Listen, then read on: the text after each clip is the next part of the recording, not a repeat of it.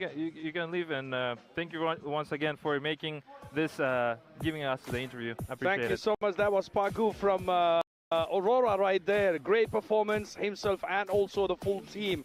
We are having the highlights right up on the screen right now. Let's go through the game once again. And because this is going to be, this highlight is practically the last thing that we're going to see today for Aurora Gaming, because now we're going to be moving to the finals up next. What do you think about the last game? Let's look at it once more. This is 8th minute. We can see Aurora had a lead with 2 kills, and of course almost, I would say, 3k difference in the goals, right? Yeah, I could agree with you. Yeah. Like I said to Paco earlier, I personally was surprised seeing 2-0 from the Aurora game to Selangor, because once again, Selangor is the team that they actually lost to, right? Selangor is the team that won 2-0, and I thought it would be a very challenging game for Aurora Gaming, especially after devastating loss from the yesterday. Yeah. But I mean, today they're fresh. Today they're completely different, as he was saying earlier, right? They changed the draft against the Selangor, and also they changed, like, they had whatever idea they had. TNZ asking his hero, and he's getting his hero and making sure the team is getting those kills for TNZ, making sure his game is enabled to make sure that he can do whatever he would like to do on his game. That's true. And one more thing before I give you for a word, it's like Pago and Rosa again, once again, 10 assists, 8 assists, making sure the team is getting those kills. I mean, Sigibam always also getting this amazing triple kill at the late stage of the game. I mean, just incredible performance overall from the whole Aurora Gaming. I mean, great performance. We got the stats on the screen, just like Steel said, as we can see a lot of assists.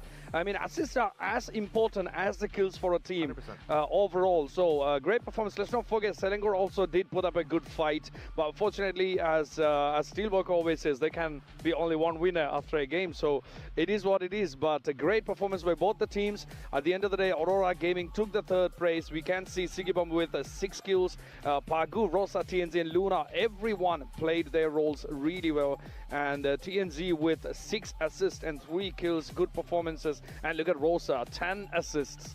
That's good. Yeah, I mean, as always, I take a look at Rosa. I mean, this time Luna as well. But whenever I take a look at the scoreboards, I see Rosa and Pago are always on top of the assist, whereas the TNZ is like machine, unstoppable machine, with the 10 kills, 17, 18 kills, and sometimes getting less than 5 kills, and surprisingly. And when we get to see that, it's not that normal, I would say. But what is normal is our general partner, which is Freedom. We'd like to appreciate Freedom very much, because you guys are hosting and sponsoring this event. Without you, this all beautiful event would have not been happened, and we just appreciate you so much, so that you making this tournament possible. Yeah. I mean, the first map we saw TNZ playing with Hirara, really good performance. And when it came to the second map drafting, I mean, actually SRG grabbed the Hirara. So I was like, TNZ, okay, what they're gonna go for? And TNZ came up with a really big surprise, the Barman. But I mean, they did it. They did it. Whatever they got in their hand, they did. They took the 3rd prize. We got the stats of Luna and Cram up there on the screen. As you can see, I mean, great performance both the teams. I mean, nevertheless, where damage taken has a slight difference, not much, right? Yeah, damage and hero damage and damage taken is not that much difference, but the KDA is a lot of difference. We can see 11-0 to 1-0 for the Karam, and Lunar has 11-0. I mean, he has a abnormous amount of assists, and he has a little bit of kills, but he's been also helping make sure that Sigubam and that TNZ have their good games, and making sure that he'll be in the back end along with Rosa and along with with the Pago. Very true. And let's not forget Sven. Big shout out to Sven for being one of the partners. I mean, they're doing something really cool. They're gifting all the finalists of Games of the Future. Today is literally the last day, so we are seeing a lot of finals today, and everybody gets something really good in terms of the audio equipments from Sven. So big shout out to Sven for doing this incredible stuff of gifting the players with something. So it's everybody walks out with something. Thank you so much. And the MVP is right on the screen. Sigibam once again. I mean, he's I don't know if it's the 4th MVP in the last 3 days. I'm not sure. Yeah, I mean, Sigibam is always on the top. I don't reckon TNZ that much, but Sigibom is always there because he's always taking that initiative, taking those moments of being making sure TNZ have a great game. And I mean, we see 70% of kill participation, 6 kills and 3 assists, almost 900 of GPM, and overall, like, a beautiful triple kill at the end of the game that was made by him. Yeah, I mean, great game, great players, I mean, great performances by everyone for the 3rd place, but at the end of the day, Aurora takes it, so we leave it at that. But this is going to be, next up, we're going to be having the finals up next very soon. We're gonna be waiting for that. Everyone's waiting for that. But yeah, let's also look at next up. We got Bigatron and Onyx up next. What are your thoughts? Yeah, before that, I would like to mention about our another partners, the Results Integrations, and we'd like to appreciate them for making sure that our events are being... Kartu kredit bisa sesimpel ini. Honest Card, konsep baru kartu kredit simple di Indonesia. Pengajuan simple, 100% online. Cuma 5 menit dengan 2 dokumen. Keputusan dalam 24 jam. Hanya 1 biaya sesuai tagihan. Gak ada biaya tahunan. Limit besar hingga 100 juta rupiah. Bebas belanja online dan offline di lebih dari 90 juta merchant di seluruh dunia. Honest Card, credit card simplified. Ajukan sekarang. I thought actually Selangor is going to win because they won in the group stage, and they won in the group stage very confidently. They got a 2-0 from Aurora. Yeah. So, great game, I should say. Both the playing teams, I mean, they've been playing against really big giants so far, both the teams, and then they fought their way up to this semifinals and then to the final day, but for the 3rd place, and Aurora, of course, grabbed it. And we are all waiting for the big game. And what's special about the grand finals is, I mean, apart from we've been having best of 3 so far, and now we are in for a treat because that's going to be a best of 5 coming up, which means we're going to be possibly having 5 games. We cannot really guarantee that. It depends on the performances. And also looking at Onyx, I mean, they've been unbeatable so far. They are going non-stop so far up until even the semifinals, because semifinals they grabbed it clean at 2-0 again. I thought that's going to be a 3rd game, but nope, they were like, no, we are not losing in this tournament, and we are yet to find out if they're going to have a lose for the upcoming finals. 100%. I mean, as you were saying, as I was saying earlier, the team of Onyx, they haven't been undefeatable for entire tournament.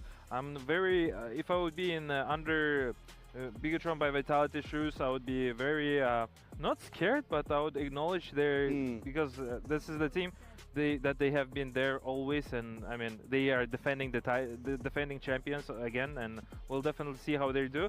And making sure, I would like to mention to you guys our official website for the tournament, which is astana2026.gofuture.games. Make sure to check it out and check all the announcements, everything that to keep in track of with our beautiful Game of the Future tournament. Of course. Moving forward, I mean, Team Selangor. Yeah. We got Uni before. Yesterday he was saying that he would be excited and to see anyone, but sadly I see they couldn't do well. I mean, against the team Aurora Gaming, but Aurora Gaming, they looked fantastic for the entire series. They did indeed. I mean, let's take a quick look at what the performances yesterday at the semifinals by Onyx and, of course, Bigatron. They both came up to the finals now. Onyx had as we said before, it had a 2-0 win yesterday against DFYG, I would say. And we are yet to find out what's going to happen up next. But just before that, let's take a look at the teams. And we have a cool video to showcase the teams and get to know them better. Let's take a look. Here we are at the Games of the Future, coming to you live with the freshest and most exclusive interview material. We had asked our Mobile Legends Bang Bang finalists about their previous matches, experience with the tournament, and their feelings about how everything is going so far. Selangor Red Giants, Onyx, Aurora Gaming, and Bigatron by Vitality made it to the semifinals. And now we will ask the 2 teams about their thoughts. Let's take a closer look. What was your key moment of the match? I think the key from our draft, I think. Yeah. Did today's game go according to your plan? Yeah, it's according to our plan from the strategy that we want to play and our hero, so yeah, it's according to our plan. What motivates you during high-pressure moments? On the second game, because On the early game, we struggle a little bit, but yeah, we still make it. What did you learn from today's match? The things that I can learn, maybe on the first game, I got pick off at the early game. I think I can learn that I can respect my enemy a little bit more. What can you say to your fans? For my fans, thank you for supporting us, and hope you guys can still supporting us till the grand final. How does this victory feel to you? It feels nice, and we're still looking forward to our matches tomorrow. What was the key moment of this match? I think Calara's Granger. My team is Granger, Calara. What was the biggest challenge of the game? The biggest challenge was we didn't expect some heroes of our enemy, and it actually surprised us in the early game. Is there anything you want to say to your fans? Thank you so much for supporting us, and I hope you guys still support us and watch our games tomorrow and until GOF ends. Thank you. Thank you so much for letting us interview you. We wish you all the luck in this tournament. And that was an interesting video to get to know the teams better. For the next one, we got the Onyx versus Bigatron by Vitality. Two great teams, great performances so far in the last few days. But we're going to be taking a look at what went so far in Games of the Future for MLBV to get to know what actually happened leading up to the finals. We got the brackets up on the screen right now, and let's take a look what's been happening so far.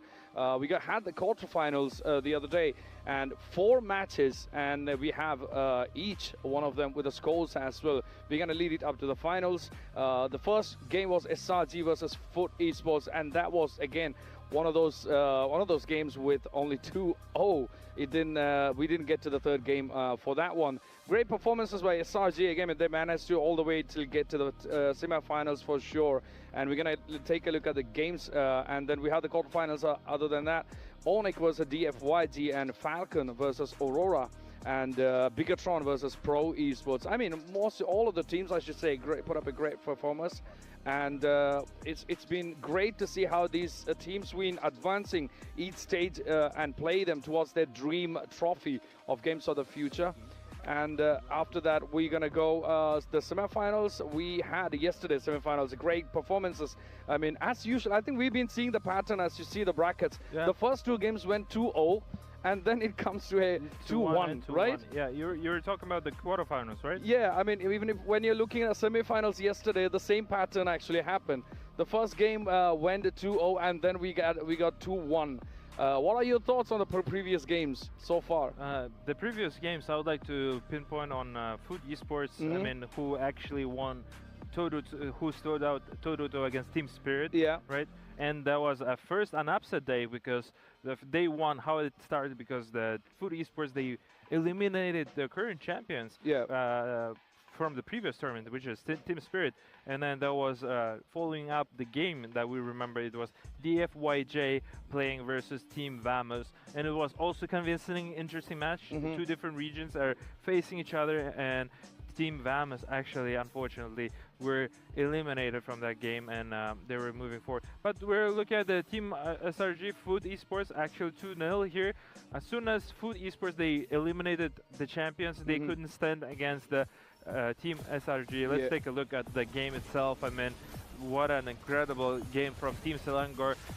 Red Giants over there, they've been dominating all game, like with the Uni and the combination with Uni and Melissa. Yep. I mean, they had that that combo as we were mentioning before. I mean, Innocent and Yoms with the Melissa and of course Harley. Great performances. We didn't see that coming initially, but then it turned out to be a pattern. As you can see on the highlights, the previous game versus Foot Esports and Selangor Red Giants in the quarterfinals. It went all the way towards Selangor Red Giants. As you can see, around 12th minute mark, we were still at around 8 kill differences, and also we had, I mean, I wouldn't say much difference in the goal, but we still had around 7k difference for the goals, right? Yeah, for sure. I mean, we saw how they were taking the incredible stomp. Let's be real here, 17-6 for Selangor Red Giants, and they just keep pressuring the map from the Food Esports, and the Food Esports, unfortunately, they couldn't fight into those monsters, Selangor Red Giants. I mean, let's be real, Selangor Red Giants is a team who advanced as the Group 1 winner, like from the Group C actually, and they were the team who actually won the Aurora Gaming at the group stage, so therefore they were favorites for the match, and due to experience, due to the draft, so let's put it that way, they just outmaneuvered and outplayed the Food Esports at the game 1, and now we're seeing game 2 here. Again, kind of same thing.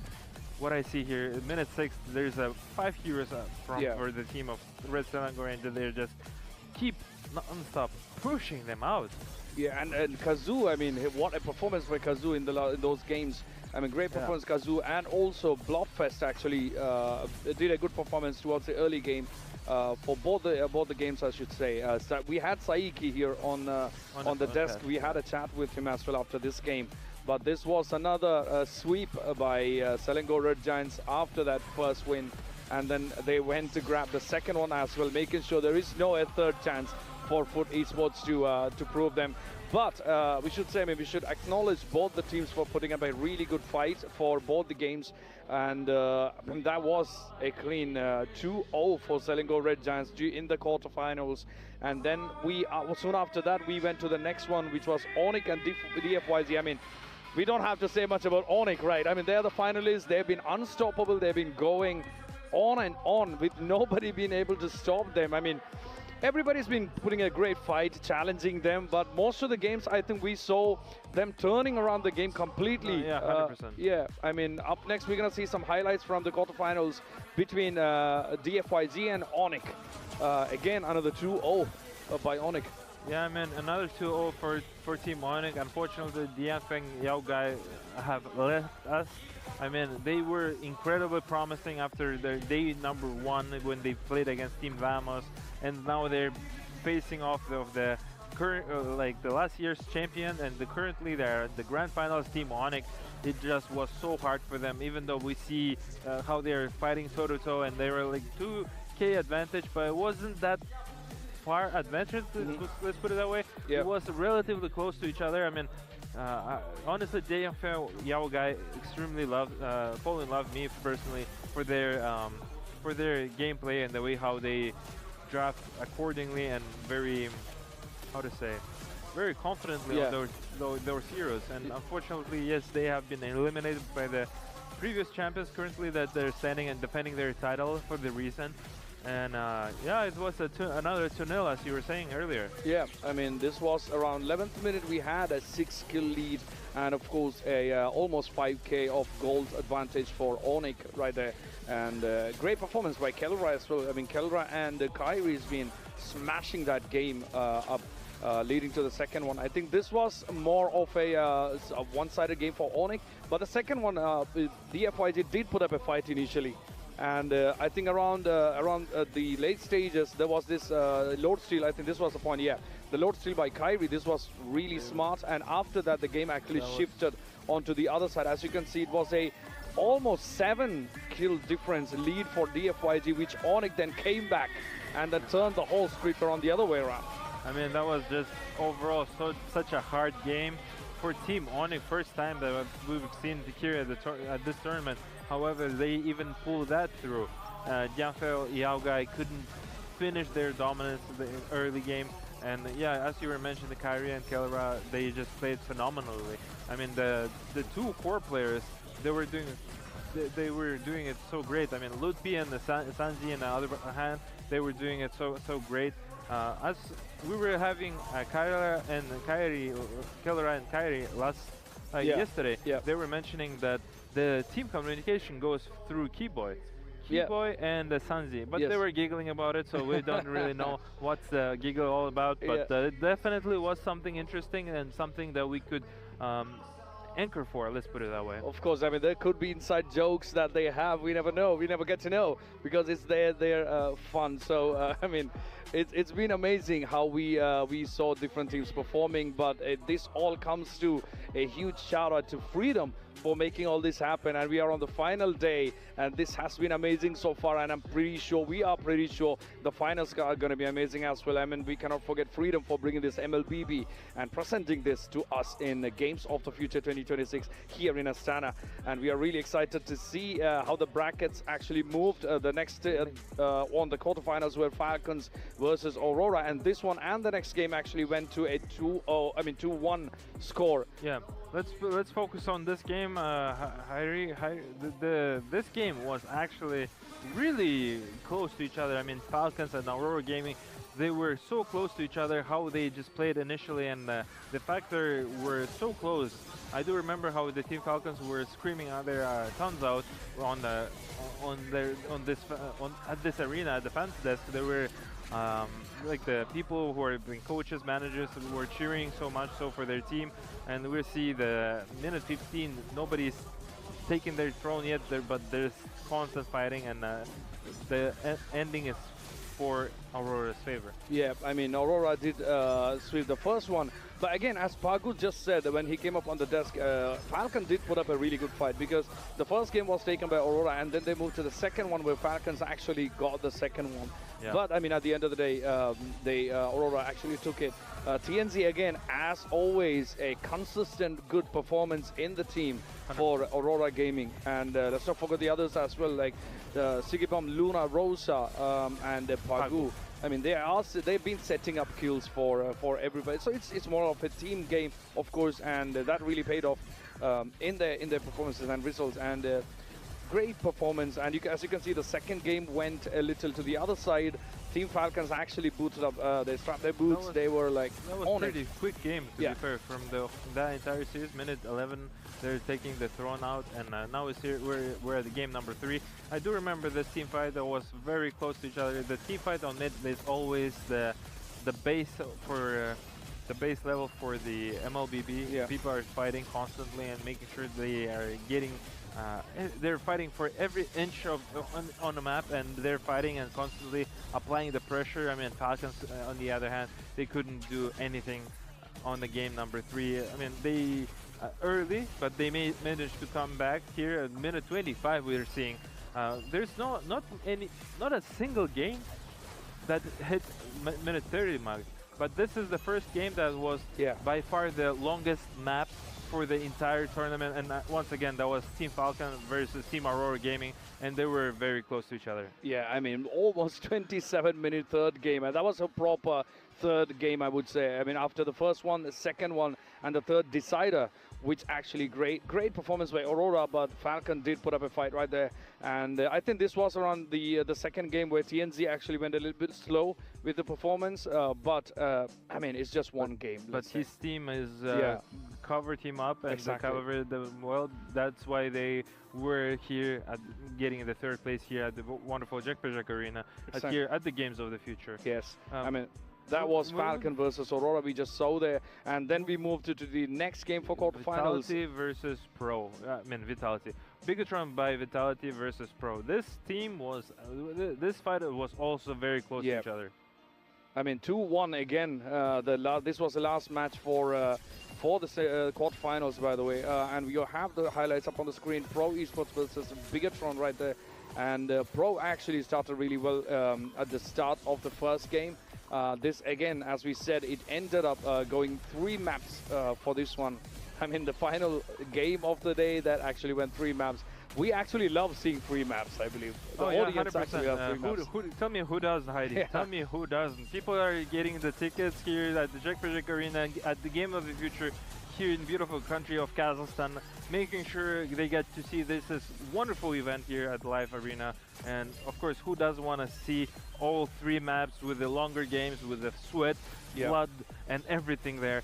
I mean, now we see there's a fight on the Lord, minute 13, and this game was initially 6-5. It was very close to each other. You couldn't tell who is winning, who is leading. You couldn't tell anything about that. And game number 1 was a couple fights you take here and there, and then we see the advantage is coming back for Bigatron by Vitality. Yeah, again, this was another long game, more than 20 minutes for the first game between Pro Esports and Bigatron. I think we only had a few number of games which went more than 20 minutes, right? 100%. Yeah. Pretty much the games were over around minute 10 to 15, I would say. Yeah. The average. I saw the stats over the other day. It was 35 games approximately ended around minute 10 to 15, and there was a couple, like a single digit were like 20 minutes plus. Yeah, that's true. I mean, this was again another 3-map game right there. The first map, that was 10-15, and then that was very close score, I would say. And then game 2, it had ended up with a huge lead for Pro Esports. Took the second game, whereas the third one was taken again by Bigatron, making their spot guaranteed for the semifinals for the next day, which was yesterday. I mean, as you can see the score, by 11 minutes we had Pro Esports with 2 kills and Bigatron with more than almost 11 kills lead right there. And even if you look at the gold, that's almost like 10k gold lead for it is a 10k lead, and it's just the way well drafted, well planned, well executed from the team of Bigatron by Vitality. And I mean, heads up to them, they were also losing to Pro Esports, and they were 1-0, 1-0, and then now we see them winning and coming back against Pro Esports, then facing off against the Aurora Gaming. Yeah. And now they are here at the grand finals. I mean, big day. They made it to the big day, the big final day. So, and of course, when we talk about the finals, you really don't want to miss this happening. And also the other disciplines that's happening in Phygital Games of the Future 2026. Make sure you check out the website, phygital-plus.com. You can stream all of our games, all of the disciplines that's happening here at Phygital Games of the Future 2026 here in Astana. Big shout out to them. And make sure you check that out. You don't want to miss the final games of this season, because there's no other chance after this one. Today's the final day, and as we said about the brackets, then after the quarterfinals we moved to the semifinals, which was yesterday, and yesterday was quite a day for the games, and the pattern actually repeated yesterday again, 2-0 and then 2-1. Yeah, I mean, now we see Onyx against Selangor Red Giants. We just witnessed to see this beautiful match yesterday, and Onyx convincingly they won 2-0. I thought it's going to be a close match again. Once again, I was thinking Selangor Red Giants could do and surprise the defending title champions, but they didn't. Because do you know why, Heidi? Because they are the current champions of the last year, and now they are here to do the same thing and defend their title. So therefore, now they will be playing at the grand finals. Well, nonetheless, let's focus on the game number 1 here, Onyx versus Team Selangor Red Giants. I mean, we see how applying pressure is Onyx and making sure they're taking over their map and making sure they're going to take the towers and making sure they get everything that they can get for Team Onyx. Yeah, I think this was a tough fight, I mean tough game, because as you can see the scores were running almost equal for at least up until 12th minute, and after that Onyx, which is actually the Onyx style these days, right? I mean, even though they are behind or even equal to the opponent, after around 10 minutes they're just like rushing to the final stage of the games and grabbing the game by the neck and they're taking it home. This has been what they've been doing, and as you can see, that was a wipeout right there. And here is a second game again taken by Onyx, and here again, I mean, SRG really did put up a fight yesterday. They did. Yeah, they did. That's why I'd like to acknowledge them, because the amount of pressure they've experienced throughout the entire tournament. Yeah, it was challenging teams that they were facing off, and I mean, now we see Onyx at the grand finals. Yep. I mean, Onyx been non-stop so far. As you can see, even by around 8th minute, this was very close game. But again, we are used to seeing Onyx turning around the table after around 10 minutes. After 10 minutes, that's where the opponent gets to be scary, like where the Onyx is taking the game to. Even when they have a huge lead, the opponents have a huge lead, even by 10 minutes. You cannot exactly guarantee when you're playing against Onyx, because it can turn the other way around very quickly, and Onyx is really good at that. We saw that so far in all the games. This was the second one again, swept by Onyx one more time, and this game actually went slightly longer than the average. Yeah, it went longer. It was close fight for Selangor Red Giants, but unfortunately, when you're fighting against beasts, it's just really, really difficult. I understand them so much. Yeah. I mean, that was a great game by Onyx right there, and SRG as well. I mean, they put up themselves against the champions. So, I mean, both are really great teams. But at the end, Onyx took it. They continue in their unlost of a journey. 0 fails, 0 losses, only wins so far, which is crazy for a team in a tournament. 100%. And For $1 million. Yeah, of course. I mean, it's even from the semifinals, no loss. Like, they've been going 2-0, as we just saw that. And then there was only one semifinals left, which was Aurora versus Bigatron, which actually Bigatron took it, as we know now, leading to the finals, which is going to happen in a few minutes. But we'll be taking a look at the semifinals in a bit, how they performed, because we are just refreshing the whole thing that went yesterday, so that we have a context of what actually happened yesterday leading up to the finals, which is coming right up next. But let's take a look at Aurora versus Bigatron by Vitality, which again went to 3 maps in the yesterday. And that was what's decided. Bigatron took the finals. Here's the first one by around 9th minute. Bigatron was still 4 kills less than Aurora Gaming. And Aurora really fought for that, because Aurora was really hoping to get into the finals, to repeat the finals again. They were expecting to play against the team of Onyx, but unfortunately they have failed to do so. But nonetheless, I would like to appreciate Aurora Gaming for winning their game 1 against the Bigatron by Vitality, but that was not enough. Yes, I mean, at the end of the day, you got to get 2 if it comes to a point where 1-1. And this was also one of those performances by Bigatron, really good performance, but tight. Aurora actually gave them a challenge right there for this one. As you can see, around 10 minutes, we were nearing 10 minutes, and Bigatron had a slight lead right there, but it wasn't enough to make sure, but they went right into the base and took the base down, took the crystal down, where the first game ended right there. And this was, Iman actually did play really nice in that game. I mean, all the team members, nevertheless, I mean, we are not disregarding what the team members did, but coach, I want to mention one more thing. Yep. They picked Novaria. They picked Novaria twice for the team of Bigatron Vitality. So we see Novaria here at the game number 2. So they picked that hero, Novaria, and they're gonna pick the same way on Novaria for the game number 2. So Marina is gonna play Novaria here, and they actually won because of Novaria. Yeah, and also this was the game. I mean, the 3rd game. That's when we actually saw the surprise pick Mia by Bigatron. I mean, nobody saw that coming. We could feel the surprise in the audience here in the arena. Everybody went like, "Wow, what's happening?" They were shocked. Definitely, they were definitely shocked. But who wasn't shocked? It was Bigatron by Vitality, because they knew that they want to go this hero specifically, and Iman was making sure that he's been practicing that hero on his streams and making sure he's comfortable to play in this tournament. And that's true. I mean, this was a tough fight. If you look at that, this was another long game that we had for 18th, 19th minute, and still they were at just one kill lead, which is actually interesting to see. But they had a really good, slight difference in the gold advantage as well. So that was again another 2-1 favoring the Bigatron, which actually leads us all to the much awaited grand finals today, coming right up next. We've been waiting for this. Everyone's been waiting for this. Here is one final look at what's been happening so far leading up to the grand finals. We had the quarterfinals, semifinals. Now we're here. A couple of seconds or minutes leading to the finals.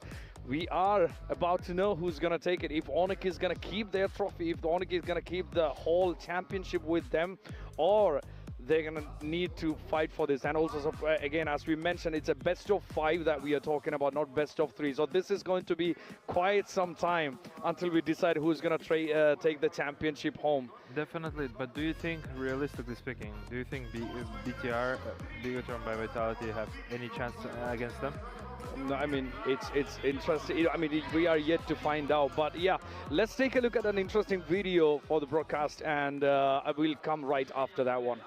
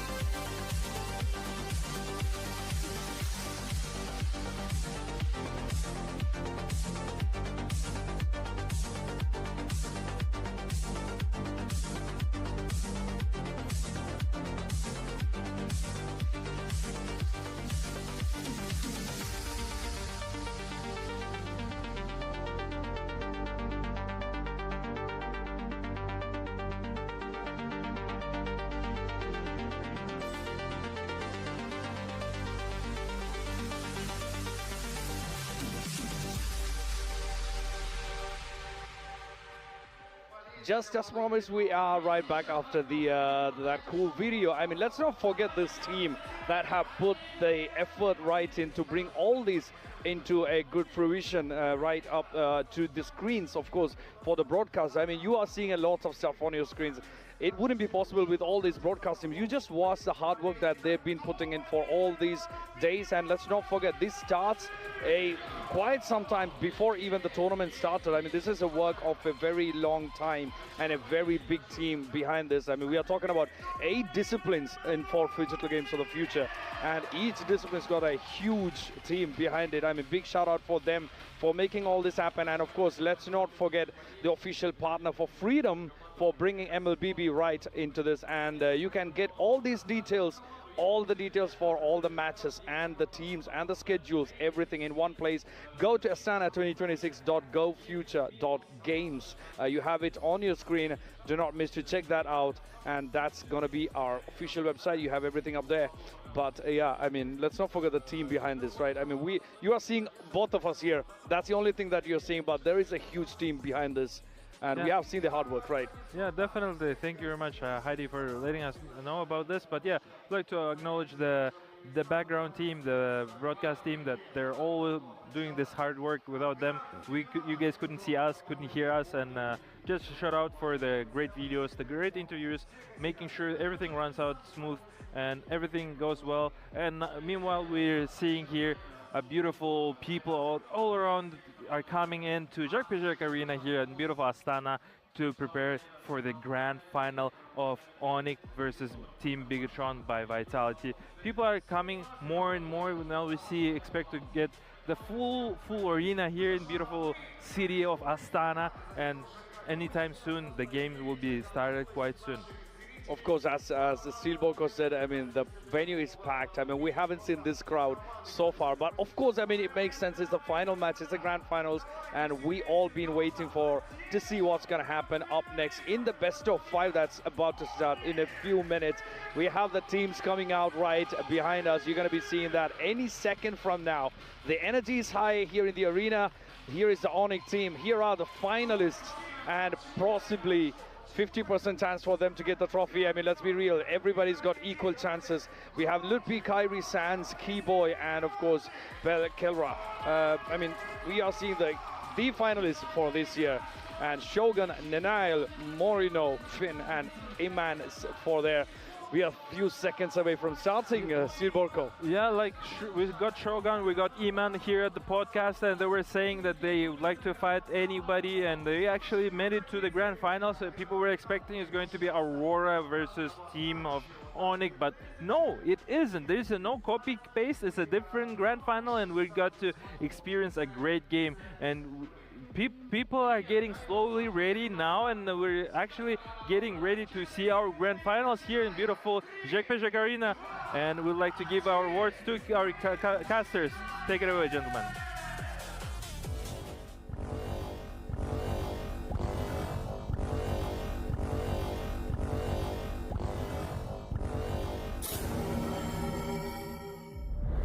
Harmony between worlds rests on a fragile balance. Legends of the Great Step tell of the sun-headed man who helped maintaining the connection between the worlds for centuries. But sometimes, the very nature of existence disrupts the natural order of things. When the ancient power left the sun-headed man, the balance shifted.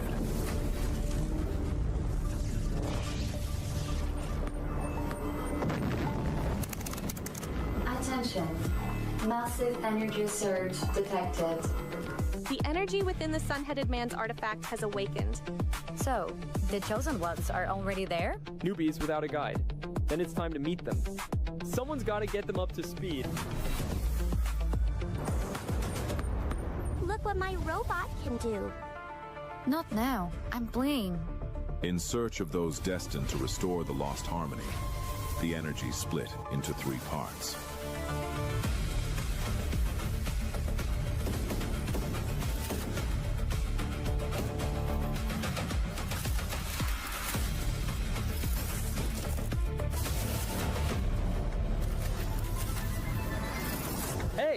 I'm one of the guardians of balance between the worlds. When the ancient power awakened in Kazakhstan, it chose you. You're the ones who can restore the sun-headed man's power and bring the worlds back into harmony. Guess even ancient powers can surprise you. Looks like the squad's finally complete. But until the sun-headed man is fully charged, the two worlds will keep drifting apart. So no pressure, but we're counting on you. And so began the story of the new heroes. Ahead of them lay the greatest challenge of all, the games of the future in Astana.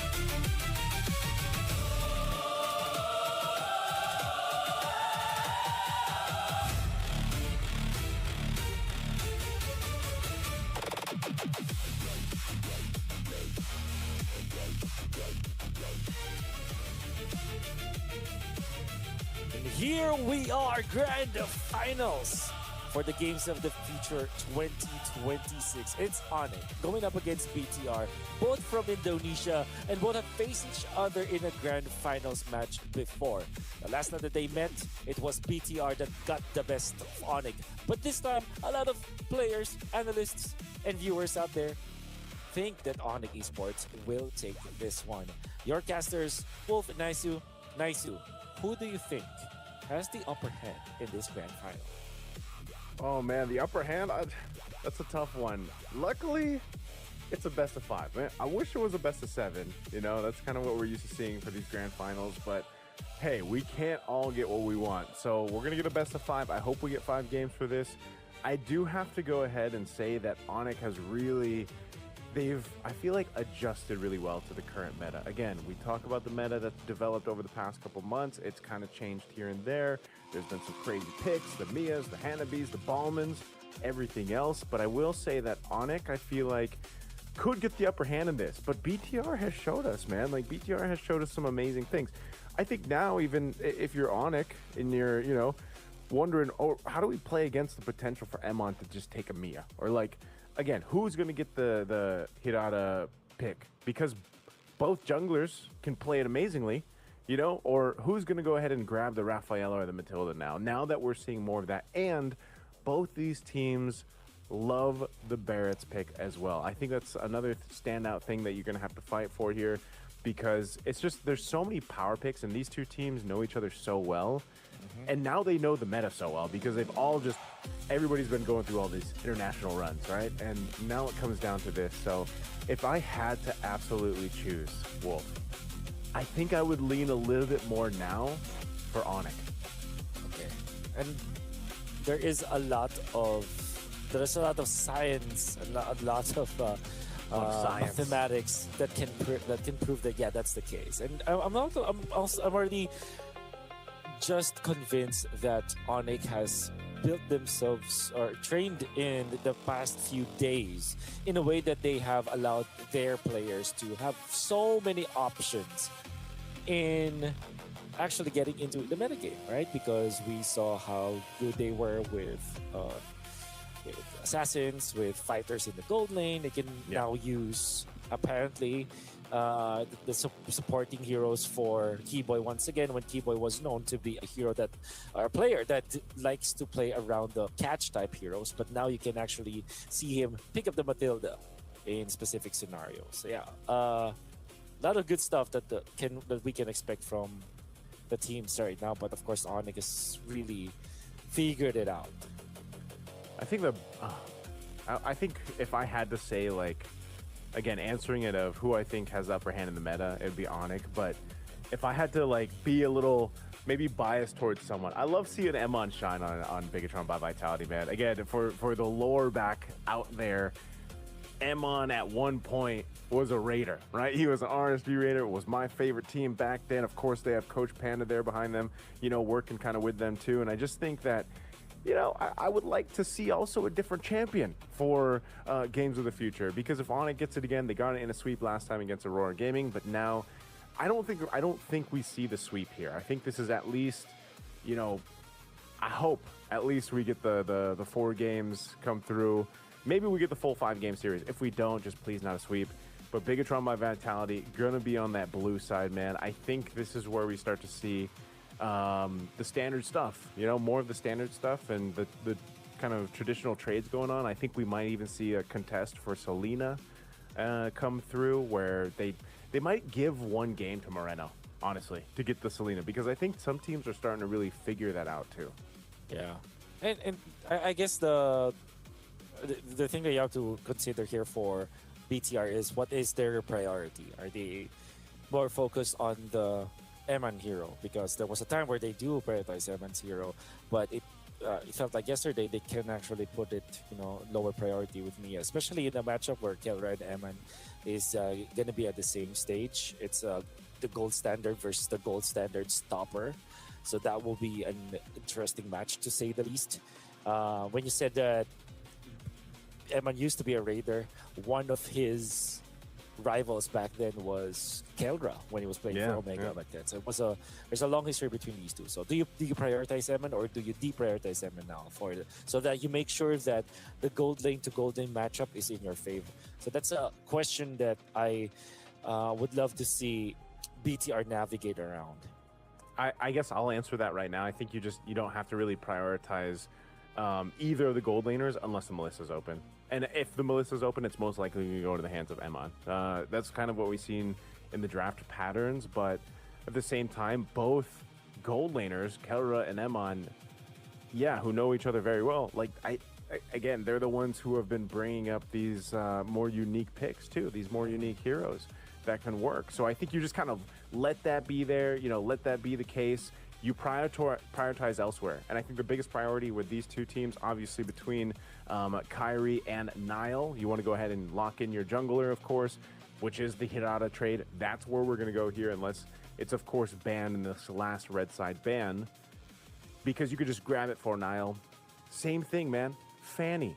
Both of them like to play the Fanny. So I think this might be, again, one of those things where maybe a Fanny comes up. I mean, by the way, again, over the course of days, every single time we've seen Onyx play, there's been a ton of Onyx fans out there.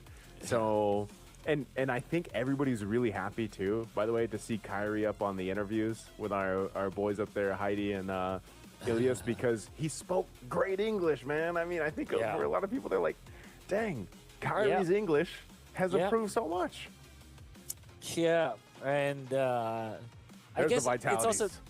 all right. The what they're called the I don't know. I just said the vitality. The robots, the red robots. the robots. Man. Yeah, I know they. That's why I was okay. The vitalities. Well, okay, I saw vitality and I'm like the vitality.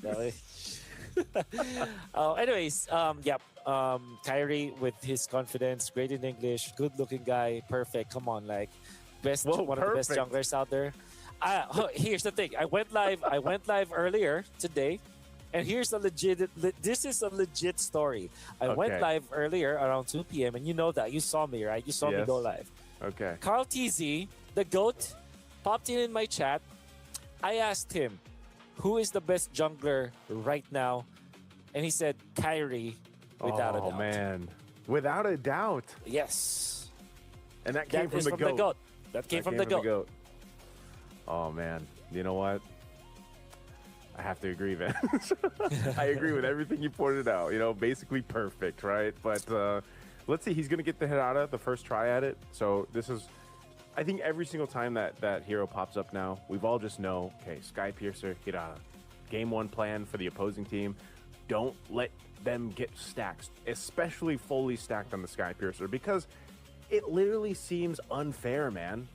If a Hirata is fully stacked, I don't know. It just feels unfair the way that happens, you know? So the answer seems to be the Fanny. Grab a Fanny.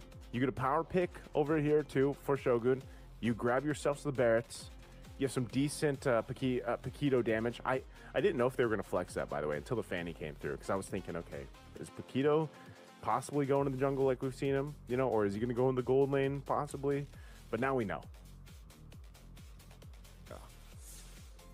Okay, I was actually surprised that Onyx let go of the Barretts, but at the same time, the Beric is also a good hero, and they pair it up with this Uranus. So there's not much lockdown for Onyx, whereas for BTR, you already have the Paquito Barretts. So this is like two schools of just meta picks. Yeah. You see the Paquito and the Barretts combined together.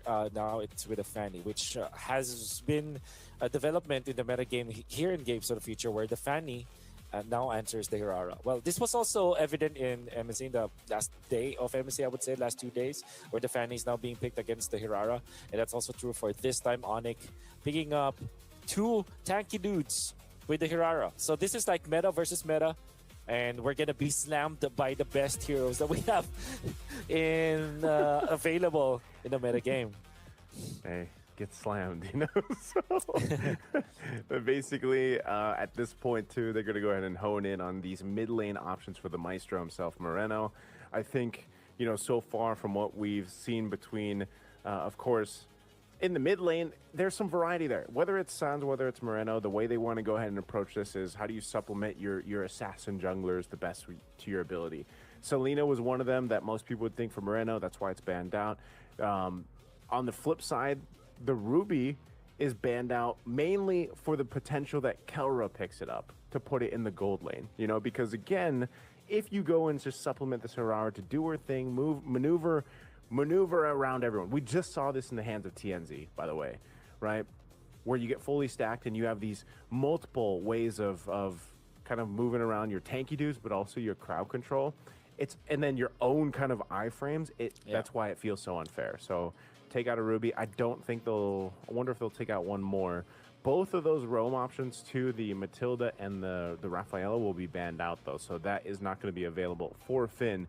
And Finn has been one of the better performing Matildas so far throughout Games of the Future. Oh, yeah.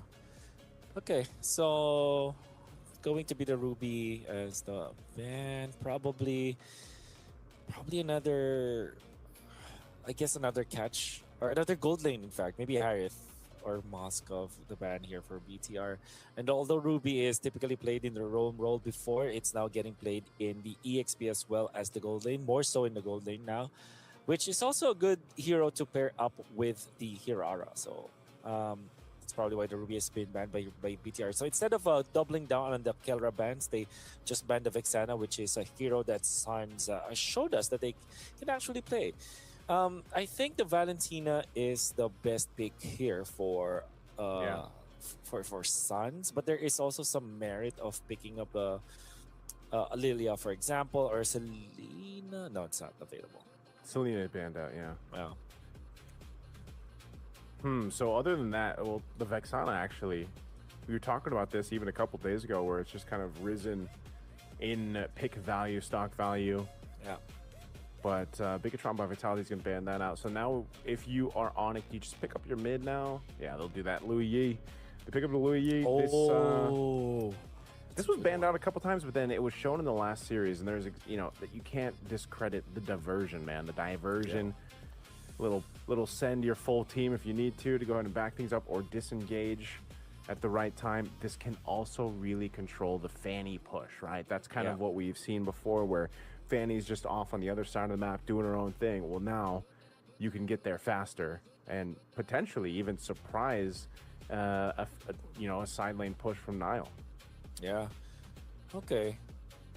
Fanny, they will round this up with maybe a Farza. Is Farza even good? Or do they go Novaria themselves? I think the Novaria is one of the answers to Louis from a long time ago, and it, I think, makes sense here. They do pick it up.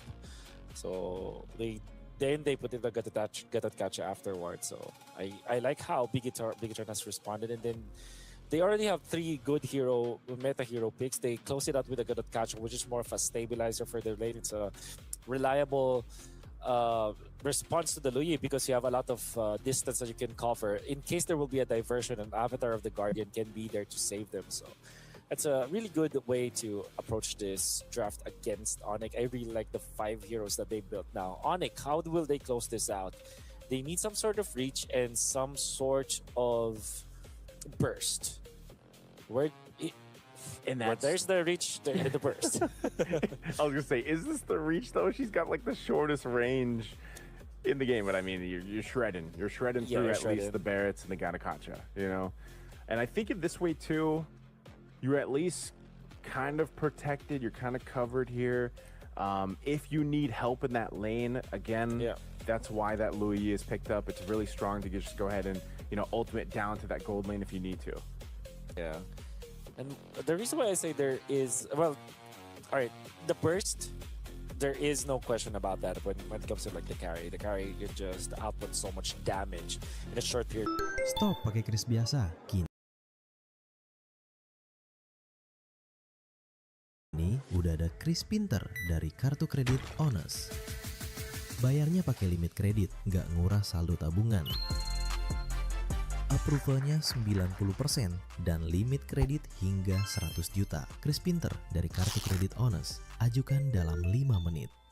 Playing this carry up against the heroes of BTR.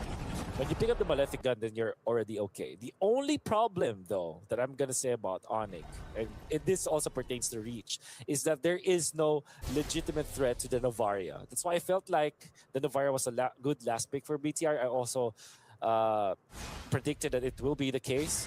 If you're looking at this Moreno Novaria, this guy is going to have the easiest game out of all of the people in the lobby right now, because there's not much reach. Well, let's find out. We're jumping into it. It's game 1 here in this best of 5 grand final. Games of the Future 2026.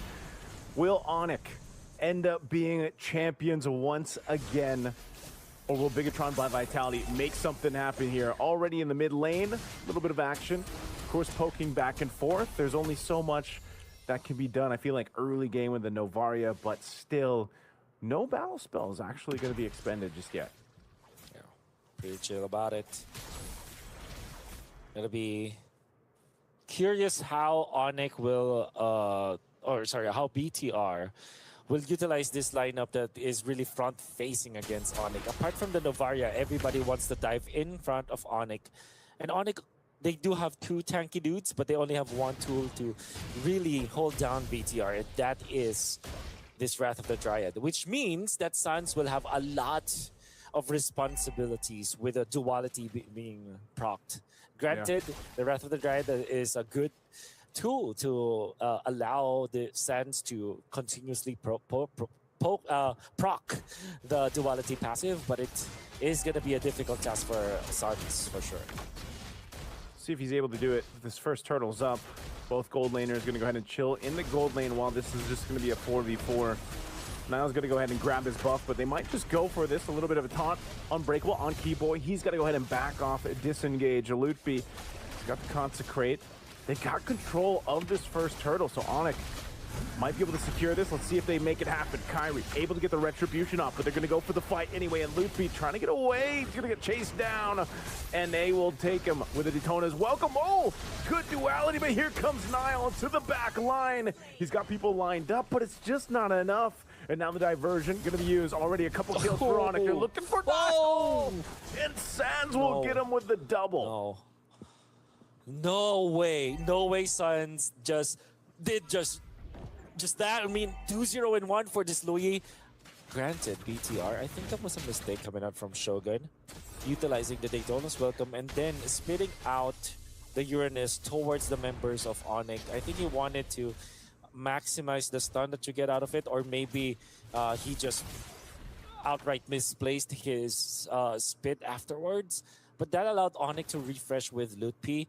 And of course, the Bats staying in front for a long time means that the duality, dispersion, the damage output of Suns will be just really high because you're just constantly throwing away your orbs, and the rotation that you get with the second skill of the Louis. Combine that together, your backlines are getting ricocheted so much that they end up just being blown away by Suns, which is literally what happened in there. And then the teleport afterwards, my God, Louis coming out from Suns, that guy's scary. I think the Louis is going to just be a pickup that we see more and more, maybe even unless some major changes happen between now and the next tournaments, of course, but it's working out really well, especially when you have the Wrath of the Dryad from the Belrek. It just makes things happen. Look at this. They're going for the purple buff. They want to put pressure on Niall's buff, and they'll do just that. Notice too, Kyrie on the Hirara, he locked in his Fury Hammer. Then he's starting to just go with the Sky Piercer because he wants to start building stacks early on, I believe. And that's all possible. You know, you got an early kill on, you got momentum in your favor. You're 3,000 gold ahead at this point. And now the second turtle is up. Kyrie, go ahead and start this one up. Emon is here though, so now gold laners will be a part of this fight. Everybody rotating down for this objective. Half health on the turtle, unbreakable. Oh, Daytona's welcome. Gonna be charged in. Shogun taking quite a bit of damage. Is it the Avatar of the Guardian? Actually, that's quite a bit of damage too as Shogun falls. Niall gets the turtle. He's gonna be able to go ahead and do a bit of damage before he gets out, but Bigatron by Vitality might have got the turtle, but they lost two. I see the vision now for BTR. They will go for the aggressive move on Shogun with the Daytona's welcome that was going to be quickly followed up by the Avatar of the Guardian. Not literally quickly, but it will be layered properly wherein after the Daytona's welcome, you already have that Avatar of the Guardian with extra knockup and taunt afterwards. It's the chain stun between the Barons as well as they cannot catch as they go in bottom lane. Okay, Keyboy unfortunately going to die there, but it made sense what Onyx wanted to do.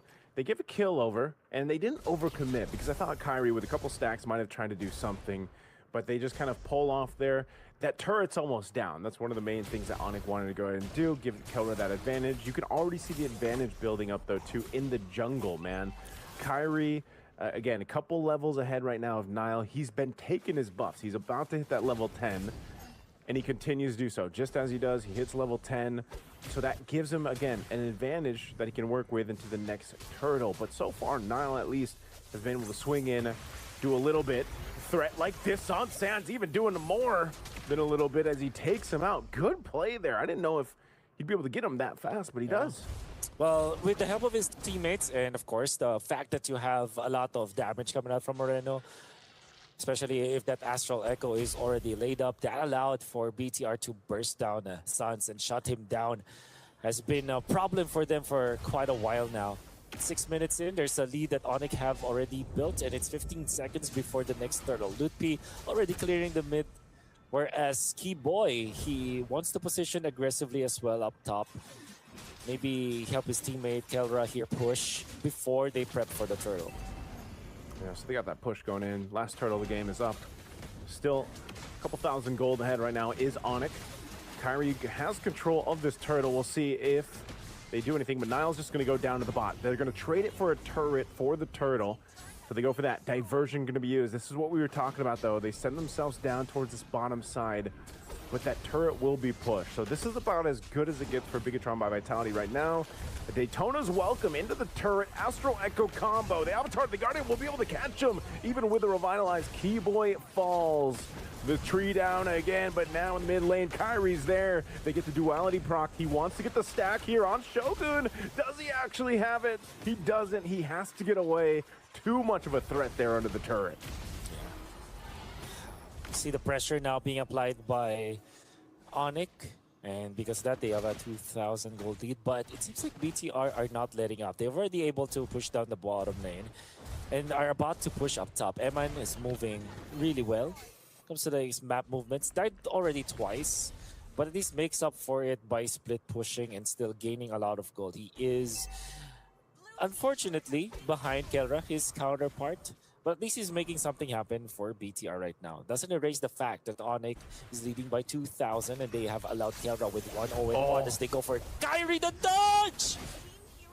Oh, he tried to dodge. What a play from Nile and Emon. Able to make a move. Nile trying to get away. A flicker from Sans. They'll recoup it though as they also take down Emon. And that kill went over to Kyrie, so but he's dead. But you know, the turret did the job there for him. Yeah. Eventually. I'm gonna be pushing in the middle. Great kill of the Kyrie. A great shutdown overall coming out from BTR. 22 seconds before the Lord, they needed to make a play. Unfortunately for Niall, is still trailing behind a lot from his opposition right now. So there's still a lot that needs to be done here by the side of BTR for them to come back to this game. But then again, Keyboy already positioned himself into the so-called new bush. Will be spotted out by Finn for now. Okay. Lord is up. Let's see some of the focus here. Let's see what Onyx decides to do. They can play the macro just because they have the Louis in tow. Both junglers wanting to grab their purple buffs, getting situated for this Lord fight. Oh, diversion. Diversion used here, setting them up top. Astral Echo being dropped down. They're just going to go for the fight anyway. Kyrie be able to dodge that with the iframe. Niall's going to have to go back to base, so this is an open opportunity for Onyx to go ahead and start up this Lord. Under half health, Shogun gives the information. Finn's gonna pop the conceal. They're gonna try to delay this so that Niall can get here in time, but it's already gone. Lord secured by Onyx. And now Niall jumping into the backside, looking for a possible kill. He'll find Sans. A pickup there they were looking for, and now Niall again cabling away. Avatar the Guardian, Finn trying to grab their attention. Akela takes a shot with a shatter. He's going to back off, but they're going to force a fight anyway. And now it's Onyx trying to get away, but Daytona's welcome to spin him up into the team. And now Keyboy and Loopy fall. The front line of Onyx goes down. Oh, great team fighting coming out from BTR. They have erased the lead that Onyx was able to build, and it didn't matter if Onyx was able to blitz the Lord away from them. Their team fighting was great. And at that time, Kara didn't have the flicker, so he didn't feel that confident to command his team into a fight. And Lutpi as well as Keyboy just overstayed their welcome. And BTR utilizing Shogun again, this time offensively. I feel like for BTR, if they play like this, if they are the ones to jump the gun onto Onyx, there's little to nothing that Onyx can do. Again, their lineup is more of a dive composition, and with the vision that they get from Reno, they are well informed about what Onyx will want to do. Look at that ultimate catching 4. The Astral Echo finding out what Onyx wanted to do, and that already meant that Niall was able to skitter through and sneak a purple buff. Oh, wow. Talk about a turnaround so far. Niall able to make something happen here again. Just able to shred through, you know, who you'd think is the tankiest or one of the tankiest, but so far both Lutby and Keyboy had a really difficult time at some, you know, fronting up on this front side for Onyx.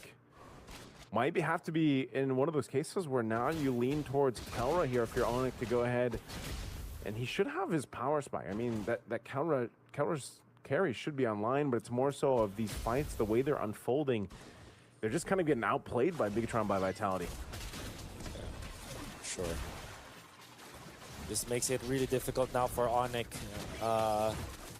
With the composition that Vitality has, this is very oppressive. You really have to find a way to get to the Navaria, which we said that we'll have a free game essentially in this game, and it has been so. Moreno is 2-0-4. There's not much that can contest him. And then eventually Shogun will be so tanky that he's no longer threatened by the damage of Onyx. Well, Kelra is always going to be a threat, but you are tanky enough that you expose Kelra for far too long. So there has to be a creative way of Onyx finding an angle to eventually take out BTR. Otherwise, it's going to be easier for BTR to maneuver into the fights. They're already going for the diversion play, but they're not going to find anyone. Well, they'll find Kyrie's buff anyway. So he's not going to have that. The Lord comes up. Emon will make his way slowly down here. The rest of the team already set up, but you can see in this, man, the Star Shatters, even on Loopy, already do a decent chunk of damage to the health bars. Moreno dropping down the Astral Echo. Extra hitboxes being extended here too. Now Keyboy, he's got to be careful because we've already seen him shredded down so quickly on this Belric, especially with a Fanny flying around. Emon spawning Loopy here. They might try to make a play instead of the Lord. Right now, Onyx on the back front. They got to go ahead. Keyboy, oh man, a quarter of the health. Yeah. Whew, and Niall's already working on the Regis time. He's low. But be careful. Kyrie forced to pop one of the iframes. You can see how menacing Eman is right now with this Paquito. He's going to be able to burst down the members of Onyx. And then if you pair that up with Moreno's damage output and the constant Astral Echo in the face of Onyx, it's going to be more difficult. Avatar the Guardian on the defense already used. Onyx comes in with a diversion. And after that push up top by Niall, that wave's going to be managed now. They're going to fight for this Lord. Half health on it. Finn charging up the Unbreakable. Goes in with a taunt. They're going to come down for Keyboy. They get him out. Kyrie, he's down too. Make it another as Sans is able to pick up Shogun. So far, a big trade across the board. But now Iman and Moreno trying to keep things together while Niall's also on the hunt here. He's quite low, but he'll be able to secure the Lord. Bigatron by Vitality comes out with a win. And all they had to do was to find a man advantage. It was already enough for them to take out the members of Onyx. This time again, Onyx just can't position themselves properly. They tried to go for a cheeky diversion play, which was, with all due fairness, ambitious but almost got there. Almost taking out the outplay coming out from Suns to survive against Nael. But that was just for BTR to secure that turret because it will be just the Luyi to defend. It wasn't successful in doing so. Onyx now have lost control of the game as BTR are leading by 3,000. And all it took was for them to punish Onyx when Onyx tried to go for a 5v5 against them. Let's see if they can do it here. Lord slowly making its way. Good push in the mid and top as well. Daytona's welcome. Throwing into the wall. Chopping him up, throwing him down. Keyboy gonna pop the Revitalize. They want to hold down this front side. Niall's just gonna make his way up top. He wants to take out the base turret as Lord goes down and dealt with, but good response from Kyrie. He won't let it happen. Diversion. Where are they gonna go? Into the jungle. They're looking to cut things off. They're gonna go right to this one. And now Finn gets taken out. But Emon, is he gonna try to do this? Oh no, he's fully stacked up. He's gotta get out of enemy lines. He's waiting patiently. It's only Lootby. Yeah, for now, it's not a big threat. Information is important. Could be gonna be seeing Eman get away from there. Good fight coming up from Onyx. Go for the -1, but it's not nearly enough. Niall wants a piece of this purple buff. They're trying to go for the exchange, but it's Kyrie who secures it. Thanks for the leash, says Kyrie. He's basically do a little damage with the buff. Finally, Kyrie gets his purple. He's going to go ahead and grab his orange next. Yeah. Really nothing that they really want to focus on until that Lord comes up in about a minute, but if...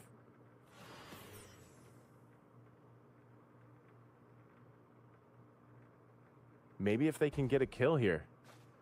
Maybe if they can get a kill, make something happen.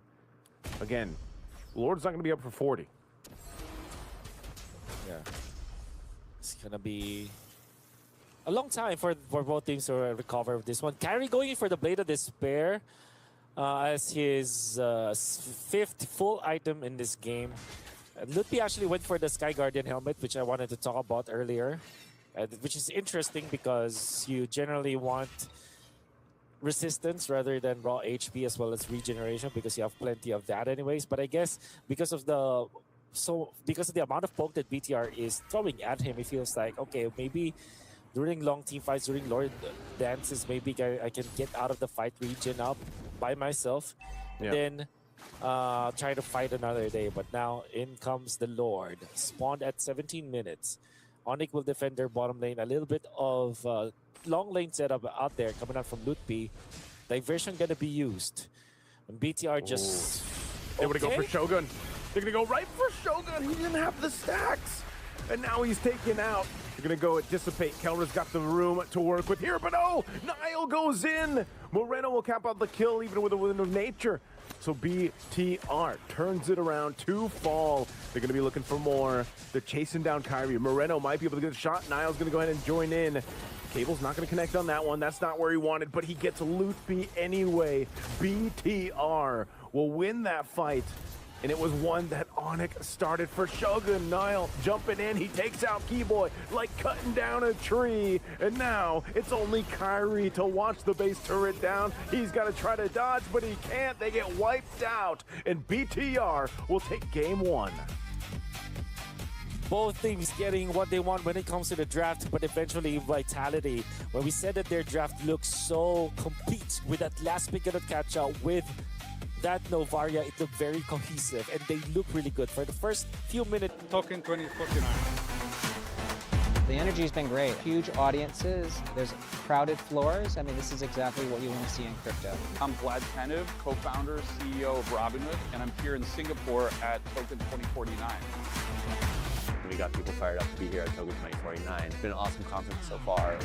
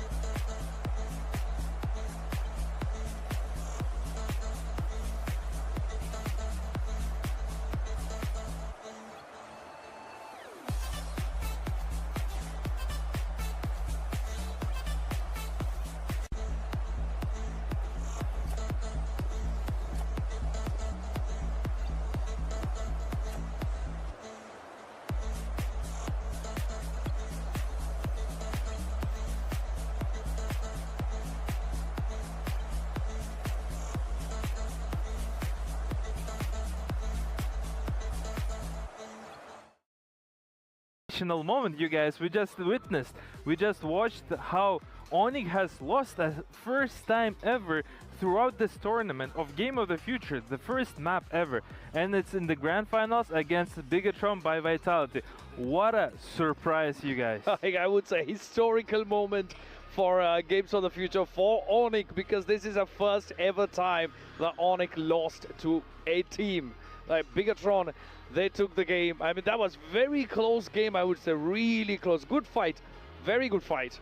This is what we want to see, actually. I mean, proper finals. Like, I mean, just like like you said, the game was an intense, close game. An intense, close game is our beloved general partner who is sponsoring this wonderful tournament, beautiful tournament, which is Freedom. We'd like to appreciate Freedom for making this beautiful event, such as Game of the Future here in beautiful Astana, making possible. Thank you very much, Freedom, for doing that. Moving forward, I mean, that's a surprise for the fans, for casters, for me, for everybody. Wow, what a game. I mean, just what we wanted to see as a first game of the 5, possibly 5, we still don't know. But I think this is going to be a 5 because off the bat, the first game, Onyx has lost the one, but I mean, they might come back again, we can't say. But this is good. I mean, this is good actually. Now it's more of an unpredictability, right? If the Onyx actually won, they would have actually go on as undefeated team. And it's more predictable. Like if they're going like that, then maybe it's gonna continue like that. But what a game! We want to see this. This is what we want. But we got the highlights up on the screen. I mean, we have Onyx fans here all around the arena, and they've been getting ready. Both the teams been really excited. But I'm so thrilled to see how this is gonna turn out. We had another also fans there rooting for Bigatron by Vitality. Sorry for interrupting you, but. There is a fans also for Iman per se. There is a fans of Onyx and there are fans of Bigatron by Vitality. We see the highlights here. I mean, the fight. I mean, the game itself looked until minute 17. Correct me if I'm wrong. Until the minute 17 on the second, until the second Evolved Lord was even. Yeah.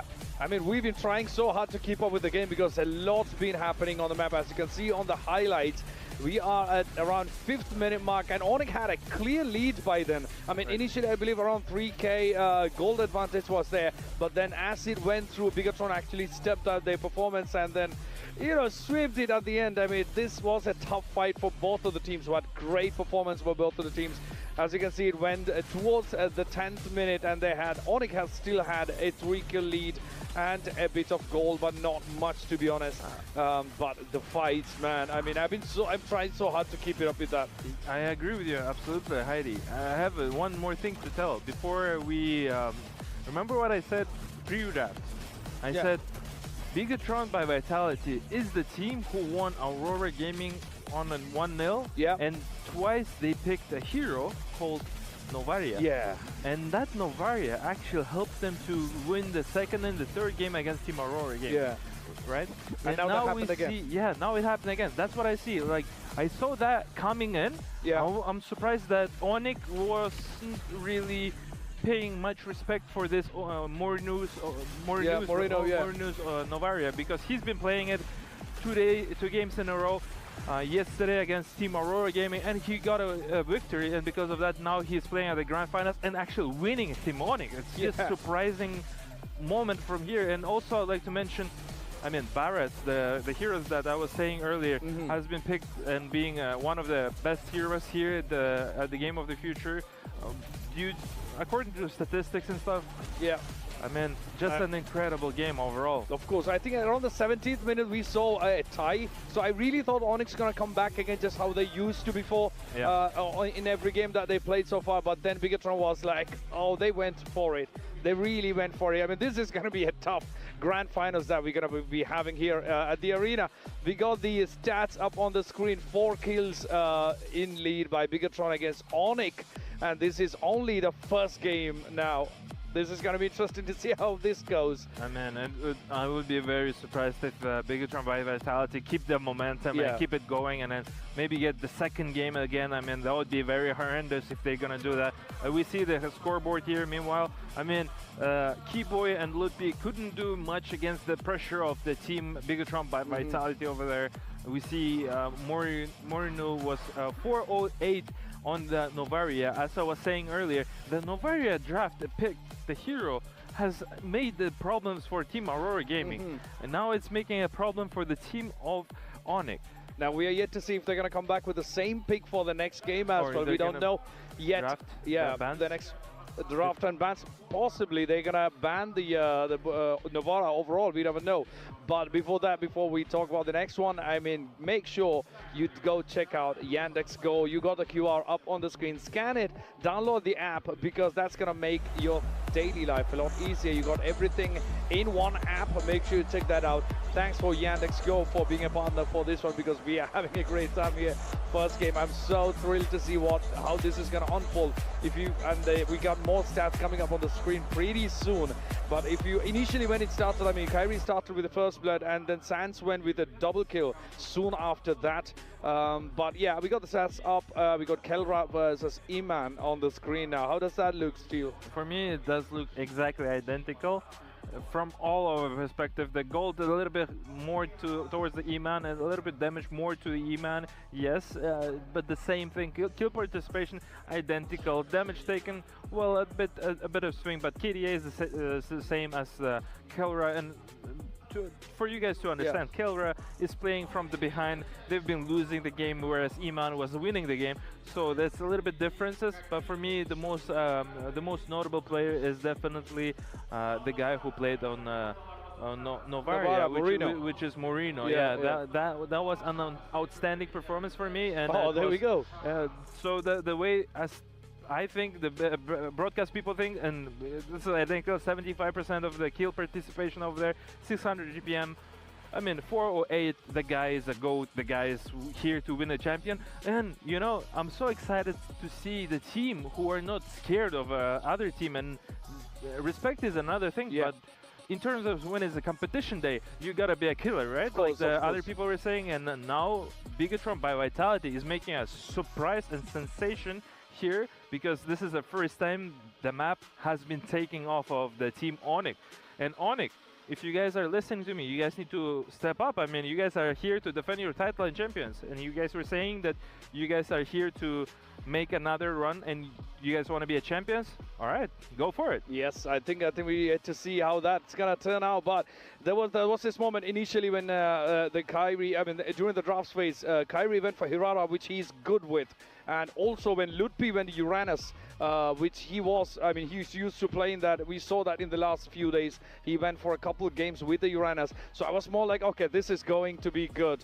But then Novara came up with Moreno. So, I mean, this was a very tough game, I would say. I cannot really deny the fact that for both the teams, they fought really hard. And I think by the almost 5.5 minutes, I mean, Bigatron's turrets were almost down, I would say. But the way they pulled it off at the end, that was great. And then a few more things. I mean, there was around 8 minutes mark, they had a 3k gold advantage for Onyx, which is good. And of course, and then the whole game went in a different way. And 9:50, we had Kyrie taking the loadout. And then around 14th minute, I'd say Onyx, pretty much all the outer turrets were gone except for one on the upper lane, which was almost down, I would say. We can consider everything as gone, but by that point, I believe Onyx was pretty much, I mean, we were pretty much sure where the game was going unless they make a comeback. And I think after 14th minutes, Bigatron actually made an attempt to get to the base, but Kyrie somehow responded and took it back in control. But at the end of the day, I mean, they went for it. Bigatron went for it. I mean, let's be real here. Nobody could have taken a single map from the team of Onyx, and Bigatron making a pull off from the Pro Esports. Then they're facing Aurora Gaming. They're losing 1-0 from both of the teams. They're coming back through on the second and third map, against both of the teams, and now they're playing at the grand finals here at beautiful Astana and taking a game off, first one from the Onyx. It's really sensational. I'm so hyped up, and I'd be happy to see them actually doing what's going to be happening forward. And my tongue is twisting now. It's just like I have so much emotion to express you guys how big this win is for the team of Bigatron by Vitality. And we'll be happy to see what's going to happen in the second game. Of course, I mean, when it neared, I think the last few seconds just before the crystal was taken down, we saw Onyx going down like crazy. I mean, at the end, I think a few seconds just before the crystal was taken down, 3 of the players were gone. And then in a moment, that was only Kyrie left at the end. And by that time, we could see the cameras here in the arena looking at Onyx teammates, where they were like, we are done. They were almost sure that this is done. I mean, it was clear. And they took out all of them, and then the crystal was gone in no time. But again, I mean, I believe that the moment that they got the turrets down, they realized the turrets are down. I mean, that was pretty clear. And also that was a big push for Bigatron to approach the crystal and get that done. But huge save with Kyrie. I mean, once he did save that crystal, but they couldn't hold up. Towards the end, Bigatron took the Onyx teammates, everybody down. And the last one was Kyrie, and once he's gone, I mean, that was a clear shot. I mean, everybody's hyping up Kyrie. Kyrie is the GOAT. Kyrie div, Kyrie everything. We've seen the fans all over here in beautiful Astana, at Jack Pijak Arena, hyping up Kyrie. people were saying that Kyrie is the one player who actually can switch the swing of the game and make sure that Onyx will get the wins get a win out of the team, out of the really tough situation. But this time is different. This time is different because Kyrie couldn't do that because the teammates have been dead, and that was a perfect opportunity for people to go in and take that W from the Onyx. That's true. I mean, it was only Kyrie left at the end. I mean, he couldn't do much. I mean, he cannot do much, to be honest, at that point. But again, I mean, great play by Bigatron. I mean, Moreno's Novara pick, and also Iman went with Paquito. I mean, great play by him as well. We cannot disregard anyone. But it is time for the next game. We are yet to find out what's going to happen. Let's move it to the gentlemen, Wolf and Niso. Take it away, gentlemen. It's game time.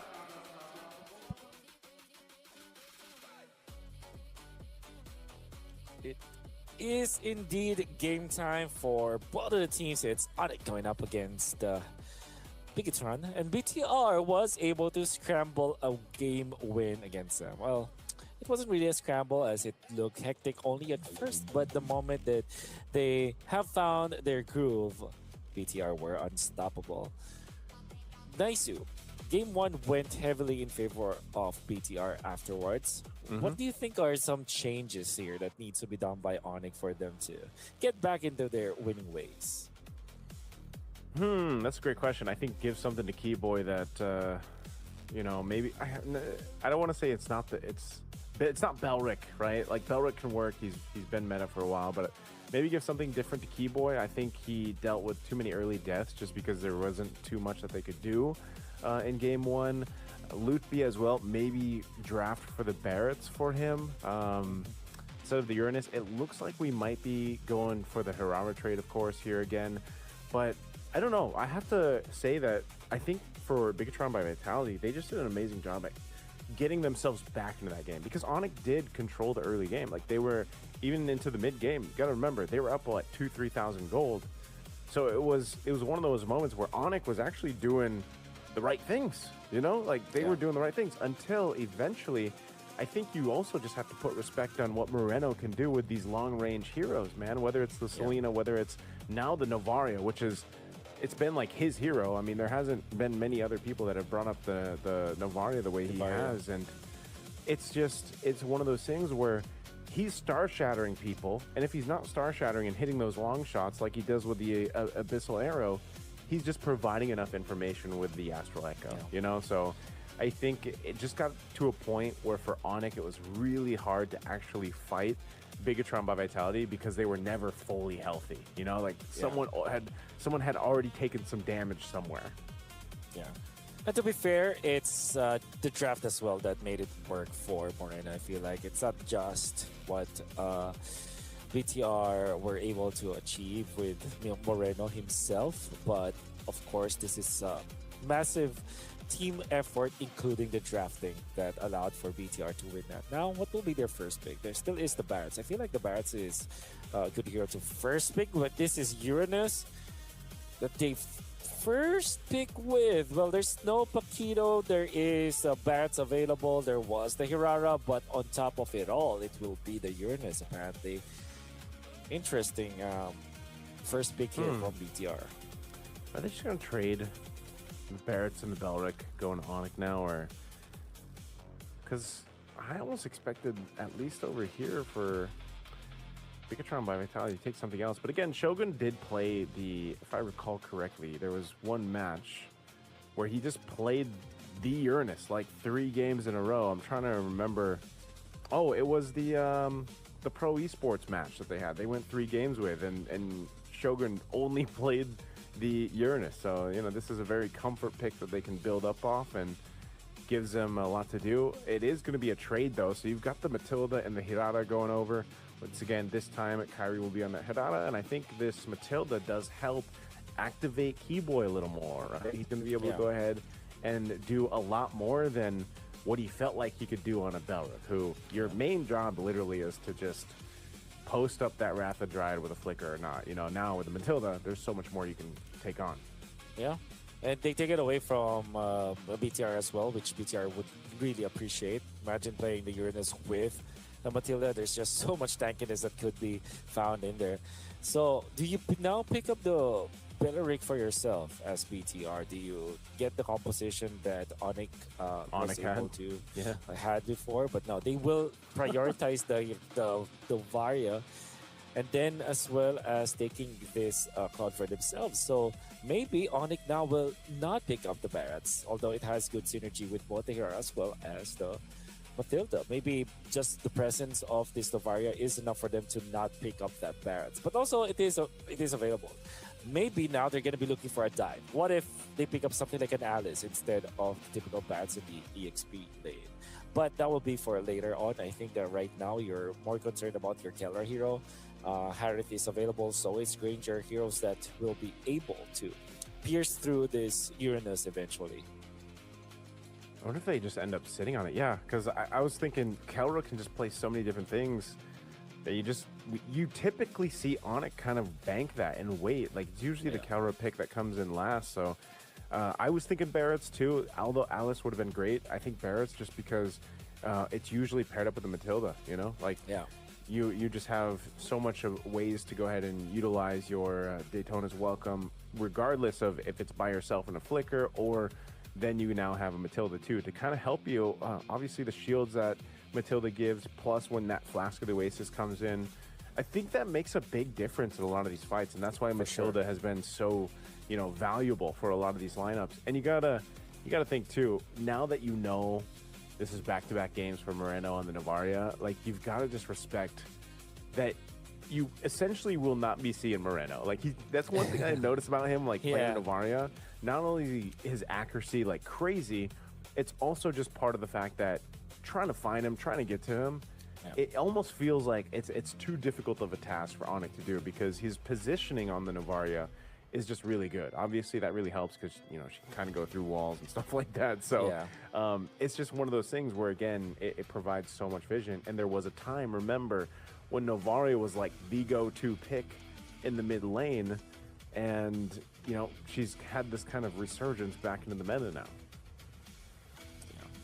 And the reason why that is because it has good matchups into the most of the meta heroes that cannot reach her, and most importantly, it's also a good hero to contest the Melissa in case. We saw how much damage she can do from long distance, and Melissa can just easily freely hit when there's a Novaria around because the damage output of the Novaria. But it's going to be the Nolan, and then Brody with probably a Granger ban here coming out from BTR. I'll be surprised if that's the case. It's a strong hero on its own. Can actually match up. Oh, it's the Clint instead, I feel like, which is also a good option, all things considered. But I feel like with how Onyx is playing the Clint, as well as this Hirara, they probably are more into the Granger than the Clint. But we'll see. Onyx now will pick up their roamer. Oh, sorry, their mid laner. Mid lane, yeah. What is a good hero to play again? What if they go Xavier, right? Range for range. Range for range? Oh, man, I don't know. I don't know if we're that crazy. Maybe... Oh, what? Does he just go... There's no ultimate you want to take here. You don't take Valentina here, right? If you're Sons.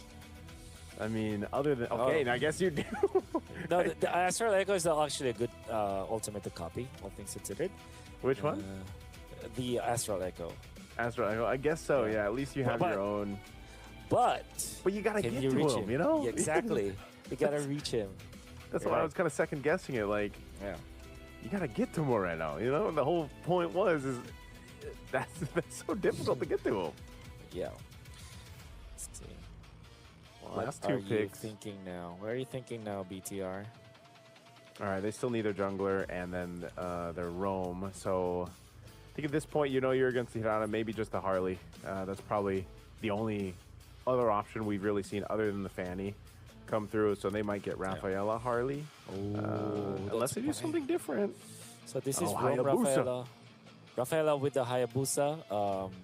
Usually not paired up together, but this is more of Rafaela plus this Uranus. This is Roam Rafaela, by the way. So yeah. Now there are a lot of problems now. You have to have a lot of like damage sources from your gold laner. What I mean is you're not ultimate dependent. as the last choice here for Onyx. So maybe. Is that the Sky Piercer, man? Oh yeah. I can't read the text, right. but that's a Sky Piercer, though. Seems like it. Yeah, I think Granger is the best option here for Onyx, or maybe Harith second as the second best option. But there's the Hayabusa as well. Okay, so they still pick up the Harith. Yeah, those are the only two options I feel like that will be good for Onyx. But already I like the composition that the BTR has built here. Leave it to BTR to just do some weird things, you know? Like, we said this going into game one. It got them game one, and then now, yeah, I think this is interesting. Again, because you've got great tankiness up front in that front line. You've got a great ability to go ahead and revive, get yourself back into this game. We'll see if we are on Flying Clouds or not, or which map we're in once we get to this game. But I like what BTR is doing, man. And again, the refine. Ragnarok Zero Global. The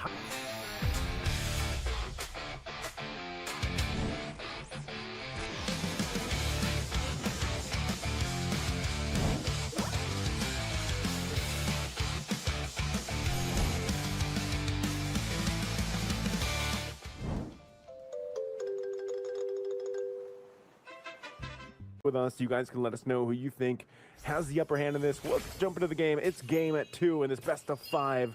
Bigatron by Vitality up 1 in the series. Let's see if Onyx can equalize. Already the setup here for BTR is good. It seems like whenever they play against Onyx, they transform and just know exactly what to do and deal with Onyx. Onyx has been so dominant all throughout this tournament, and it seems like it's BTR that has got their number. And that's also true with MPL Indonesia. Everybody was just dropping their games up against Onyx. Onyx are so dominant, but in comes BTR coming in, and they look like they are the better team against Onyx. It seems like we're feeling that again. Not unless Onyx decides otherwise. Not unless they do something really different right now for them to be able to show us something, some sort of fight against BTR, especially with this draft that they built. Gonna be starting with here in the middle. Yeah, something along the lines of, I don't know, I think it's more of just Onyx finding that form of execution. You know, it's the team fights. Like, we already know that all these players are individually, you know, some of the best in their roles, and they had an amazing, you know, last meeting with the grand final that they had. Hold on, mid lane, first blood going over to Kyrie, but here's the return. Shadow kill going to be used. Revive comes through, and now it's Nile that falls. So that's not going to be worth for Bigatron by Vitality, and that's 2 kills in the hands of Kyrie. Great start again for the side of Onyx. This time they've utilized Kyrie in an offensive manner before the 2-minute mark. They identified that if you are able to force out where Moreno is, this is a good opening for them, and they do have to reach. Okay, they might be able to go ahead and just make something happen. They get the turtle. Now they're going to be looking for more. Shogun, tanky enough. Nile might just want to go ahead and grab his purple buff. Even though there's a lot of low health bars, never mind. He goes in. He's able to pick up Lootby. So that's 1 kill, but now Onyx, they know this. They're going to put pressure on the mid, and out they go. Finn's gone. They're going to be looking for more. BTR firing back, but now it's Kelra to get a kill. Man, Onyx looking for more, but they got to keep Kyrie alive. This is the most action we've seen under 3 minutes in a while, man. That's for sure. That's insane. I think the entire game's of the future. Yeah, and that's 6 kills in what, 2 minutes and 30 seconds? Yeah. A quick activation of Kelra as well. I really like how Onyx is doing it because now they're calling Kelra into the fights very early on, and he gets a kill. So never mind the fact that Claude versus Harith is more of a farming battle in that gold lane, that you're the only time that you actually will die in that lane is if you really mess up, or if there's an external effort from other players into that lane. But having Kelra in the middle is really good. Can they take out Sans? Yes, he can. I thought they'd have enough shielding there from Keyboy, but Sans goes down anyway. So both junglers are having a hell of a start here, Wolf. You know, 3-1 on Nile, 3-0 on Kyrie. This is going to be the assassin showdown that we wanted to see. Yeah. And we're going to be waiting for that to happen for Nile with 3-1 right now. But it seems like it's all about the targeting. The first time that they used this Hayabusa, it wasn't as impactful because the targeting wasn't that good. But if you see like Sans, for example, getting picked off in the middle, the timing was perfect for BTR. They are looking at the Hayabusa that's really scary, that can be activatable. Because apart from the healing coming out from the Matilda, there's not much that they can do against this Hayabusa. Oh man, Kelra. I mean, the shadow kill's already used up, so Niall's not going to be able to find Kelra here, but Niall building up very quickly. This is very different from the Hayabusa game we saw him play against Pro Esports in the first game, where they actually lost that one. Right now, he's hit that kind of potential to just snowball, but opposing him is the Kyrie snowball. So you got two snowballs going down a hill right now. Oh, they're going to be looking for Niall, and they shut him down. And it goes to Kyrie, of all people, who's already got the Sky Piercer. Cool. They will resurrect him, but what a play coming out from Onyx. As they now use their game sense to find where Niall will be. They secure a purple buff for themselves as well. They take it away from Niall, so that was a costly death for the Hayabusa. Not having... oh, doesn't have the purple buff, but yeah, they're trying to invade as much as possible. Kyrie has lived in his jungle. Yep, for sure. And they're doing it again. Oh, they're doing it again. They know his Retribution's down, so they're going to take the buff. And you can see, man, Kyrie's got an XP lead. Oh, they're going to re-engage. Shadow Kill going to be used on Sans. He's still going to be okay with the shields, though. And now the rest of the team join it. Both gold laners going at it. Blaze and Do It was already used. They're going to go for collapsing down on Niall. They'll take up, but whoa, what a shot from the Maestro Moreno. This is what we were worried about. If you're opposing this Novaria, they're going to go for more. Echo drops down. Keyboy trying to bob and weave. He has to burn the flicker, and he should be able to survive. He's got some shields, but hold on. Moreno's going to line one up, and also the gold lane. Kyrie's looking for Emon. Emon goes in, breaking the ankles, but Kyrie goes in to get another stack. Oh, Kyrie is back 5-0-2. Game 1 was more of a warm-up game for him, so it seems that this time is actually showing his prowess as the assassin. Trying to outplay a lot of people out there in the bottom lane, eventually getting 2 kills for himself, 5-0-2. I would assume 3 or 4 stacks from the Sky Piercer. Going to be a really good start now for this Hirara coming out from Onyx. Now, they are just leading by 1,000 though, because BTR, with all due fairness, they are retaliating. And the kill onto Kelra coming out from the Maestro is good. So, Onyx cannot celebrate that yet, this game just yet, especially because BTR are showing their teeth now. They're showing that they can actually fight into this neutral objective. Seems like they want to continue to fight here. Half health, last turn of the game. Will this be a 3-for-3 for Onyx? Moreno lining things up. Both Astro Echoes being used here. They're going to go for it. It goes to Kyrie, able to secure it. Shadow Kill going to be used. Into the Zaman Force they go. Now Luffy looking for an opening here too, but Kelra is able to take out the gold laner, Emon from BTR. They're going to be going for Shogun too, as Sans picks one up for himself. Finn's going to burn the flicker, and Onyx, they're going to be happy with that little sidestep too here. Potentially a re-engage. They just back off. Sounds very low. Thread of the needle. Moreno going for the shot, but just not enough distance on there. And they'll take the tier 1 after the fight. Yeah. Oh, Kelra. Over the dance. Win! 2 quick kills for Kelra. That's not a double, but he did take out Emon before that, which is going to be so good for Onyx. They are now gaining ground. 7 minutes and 40 seconds in. They lead by 3,000. They're feeding kills into Kelra, and most importantly, onto Kyrie. And already, there's a big change when it comes to the non-verbal cues. You're looking at the camera for Onyx. If you're looking at their camera, I mean, everybody's so happier. It's lighter now. The ambience around the Onyx side of the stage. And BTR, can they actually mount a comeback here? It's the War Access was the Hunter Strike only for Niall at this point. Ooh, okay. This is still relatively close, it seems, based on the team fights. Now there's a gold lead for Onyx right now. You're going to be taking the purple buff, though. They continue to put pressure towards Niall. And now Kyrie, level 13. I know Niall's almost a level 11, but still, you're seeing, you know, this pressure on his buff. The pressure's on his green camps. Onyx is able to go ahead and take what they can, but amidst this all, you know, they only have two turrets down. They're eventually going to get 3 here as Kelra knocks the top one off. But it looks like BTR wants to go ahead and open up the map a little bit themselves too before the Lord comes up. But they don't just get that turret just in time now. Oh, could this potentially be bad? Good coverage from Moreno though. Be setting up for this Lord this time, and the long lane has been pushed heavily in favor of Onyx. There are 5 members of Onyx around here. They're gonna be waiting for the Novaria ultimate, so there's a lot of stuff that's not going in favor of BTR right now. So it seems like Onyx are just gonna take this Lord away from them.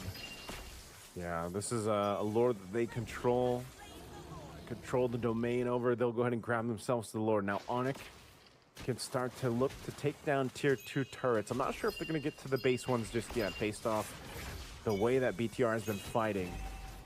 They can try to maintain what they can. Again, Emon might have to go ahead and utilize Blaze and do it here, but their clear is pretty good. And he's going to go ahead and push that top one up top, potentially deal with the Lord too. Actually, he's going to go back to base as tier 2 bottom side will be taken by Onyx. So now BTR on the defense. Niall, oh no, he's actually going to get stopped from recalling.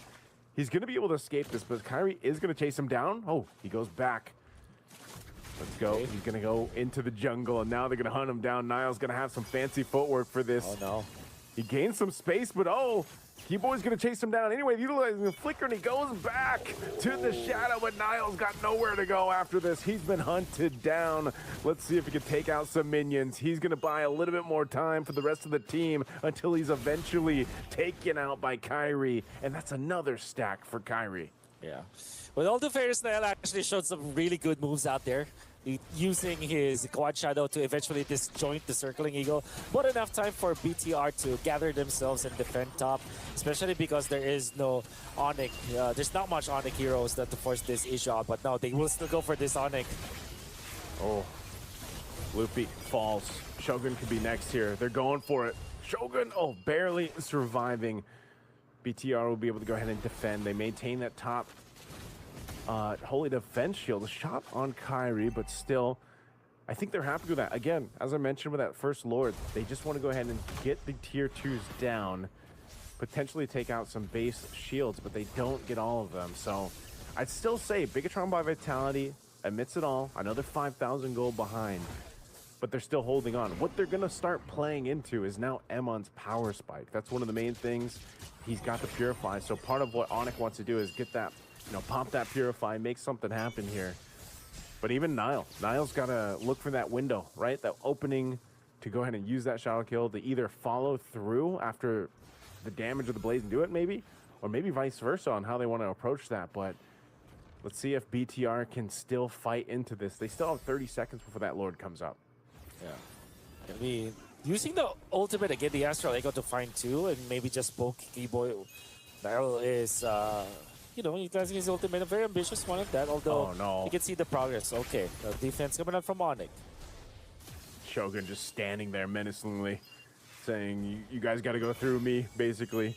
A lot of ultimates being expended, but now attention toward this buff to try to take it away.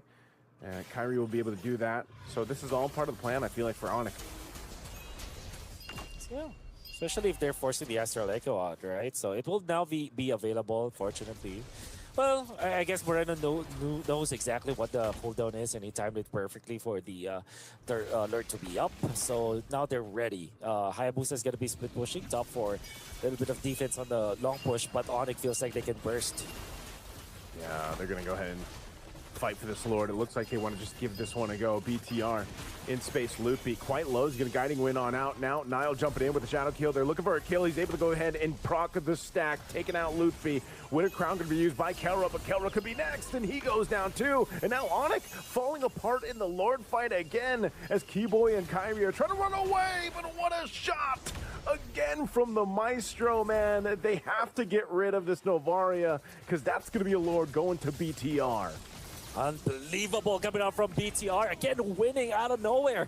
They were down by so much. They've raised the lead by Onyx. They're now pushing. They're about to take the lead for themselves because only Kyrie is left. And with the Rafaela, it means that longer team fights means that you will be top. It's going to be a difficult defense now for Onyx. And even if you eliminate one, the resurrection will be there. So Vitality, they are just taking everything away from Onyx right now. So quick to turn that around, Wolf. Again, playing on the back foot. They dealt with the First Lord pushing it in their base, and then all of a sudden, Bigatron by Vitality now has control in this game. They took out one of the base turrets of Onyx.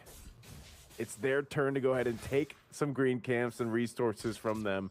And they still have this Lord making its way down bot, looking to go in, crash into this bottom base turret while the wave up top works on the tier 2. They're going to force a fight anyway. Shadow Kill going to be used to get them low enough to get them to back off the turret as the turret falls. Now Onyx, you got to deal with this Lord. Half health on it. Wave's going to go ahead and push up top. Can they get more? Sans has to be careful. Half health. These procs and these star shatters are so deadly if you're Onyx. Right now, BTR might potentially make another go on that last base turret, lining it up with the Astral Echo. They're going to throw it down. Again, a Shadow Kill going to be used. They have to get enough space. Keyboy in trouble. Loopy going to go use a Daytona's Welcome, but a shot from Moreno is going to bring him low, and it's Loopy that falls. But they have to disengage. A BTR is happy with the base turrets down. Now Kyrie jumping in. Holy Baptism going to be used, but he's able to avoid it. And now it's just 5 full force for BTR. They've got a cannon minion and another wave pushing up top. They might want to end it here to get to a 2-0 lead right now in the series, but the waves are going to be cleared out as Onyx stays in it. Kelra dropping down the Zaman Force. They get a nice stun out with the circling eagle, but Kelra is gone. He's blasted down. Moreno lines up a shot on Sans. He has to go heal back up, but they're still going. Kyrie gets shut down, and this mid wave should be enough. Loopy, he's got no stacks here. They're going to go for it anyway. An Echo drop down. A double for Iman, the man. And they're going to work on the crystal to take game 2. The masters of the poke strategy, and with this sustain coming out from the Rafaela, and a lot of good stuff that you see from Nael as well as Moreno. And Eman eventually in the end, Bigatron by Vitality are able to take game number 2. FIFA World Cup 2026 Trademark Trophy Card dengan approval 90%.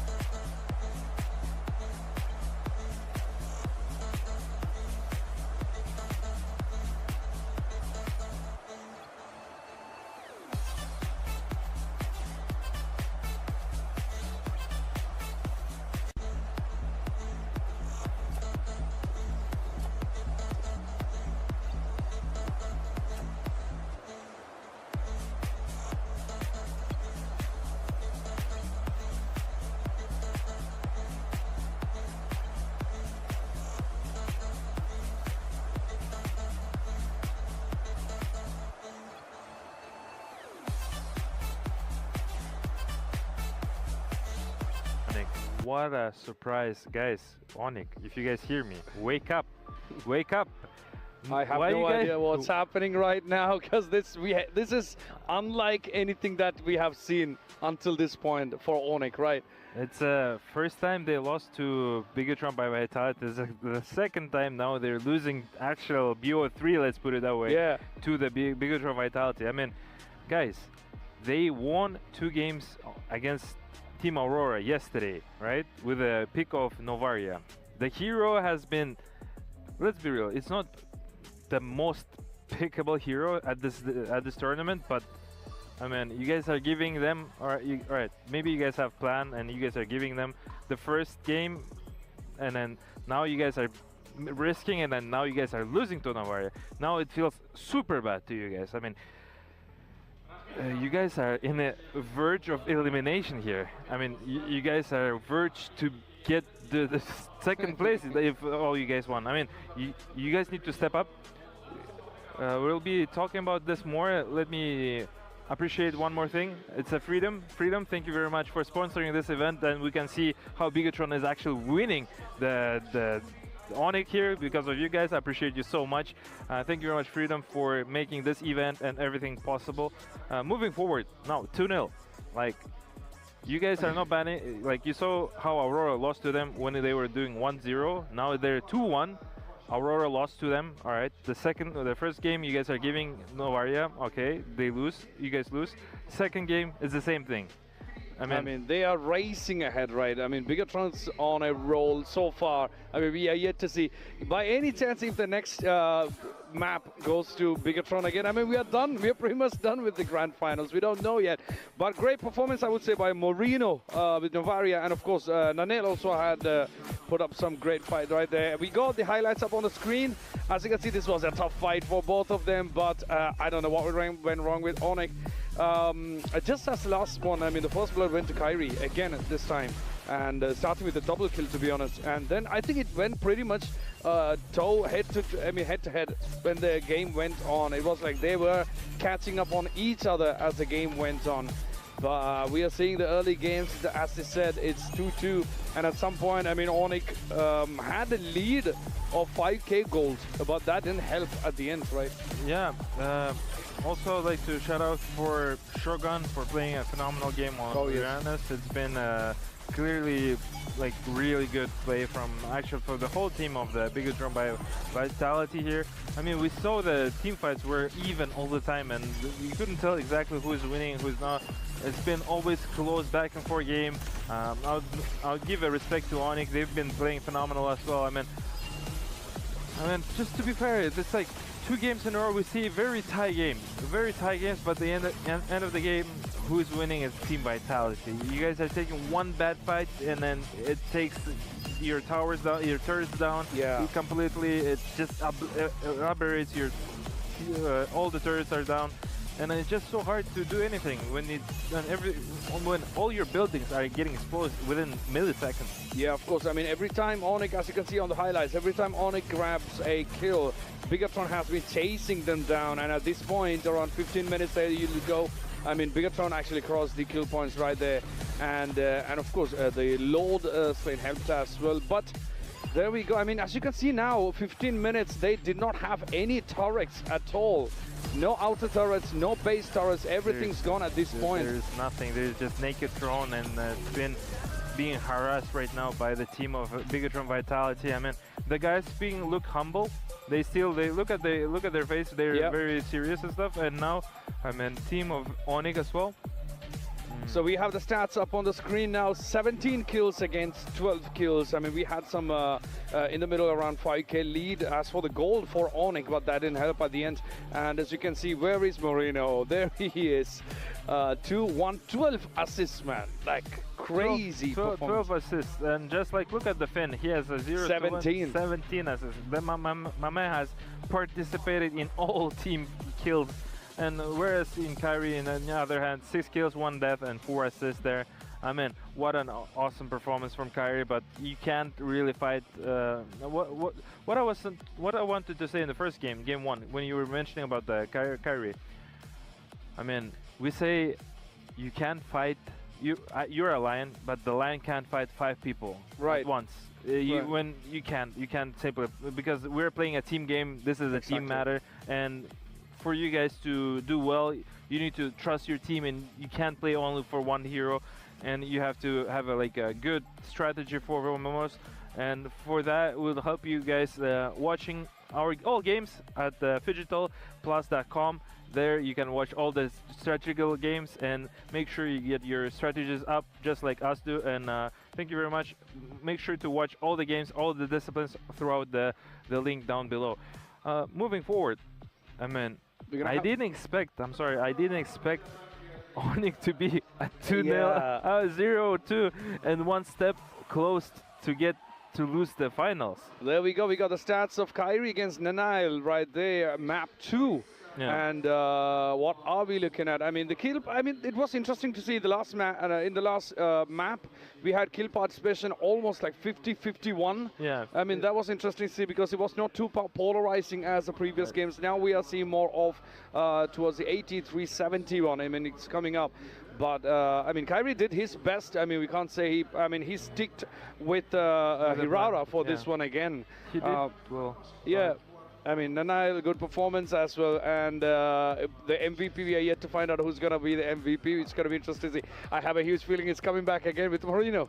Yeah, it could be Marino, it could be the other guy with 100% the kill participating, his teammate. I mean, I would like to pinpoint on Kyrie, honestly, because Kyrie into Nanail, don't get me wrong, Nanail is a fantastic player, but Kyrie is playing from the losing opponent team, and he has one left, and he's making this all kills and all assists there, and in comparison we see he did more damage than the previous guy, and all the damage here. That's what I'm saying, Finn. 17 assists, what an absolute chat, what an absolute goat here. 100% kill participation. I reckon any 100%. We haven't seen any, we haven't seen. I don't remember we've seen 100% kill participation.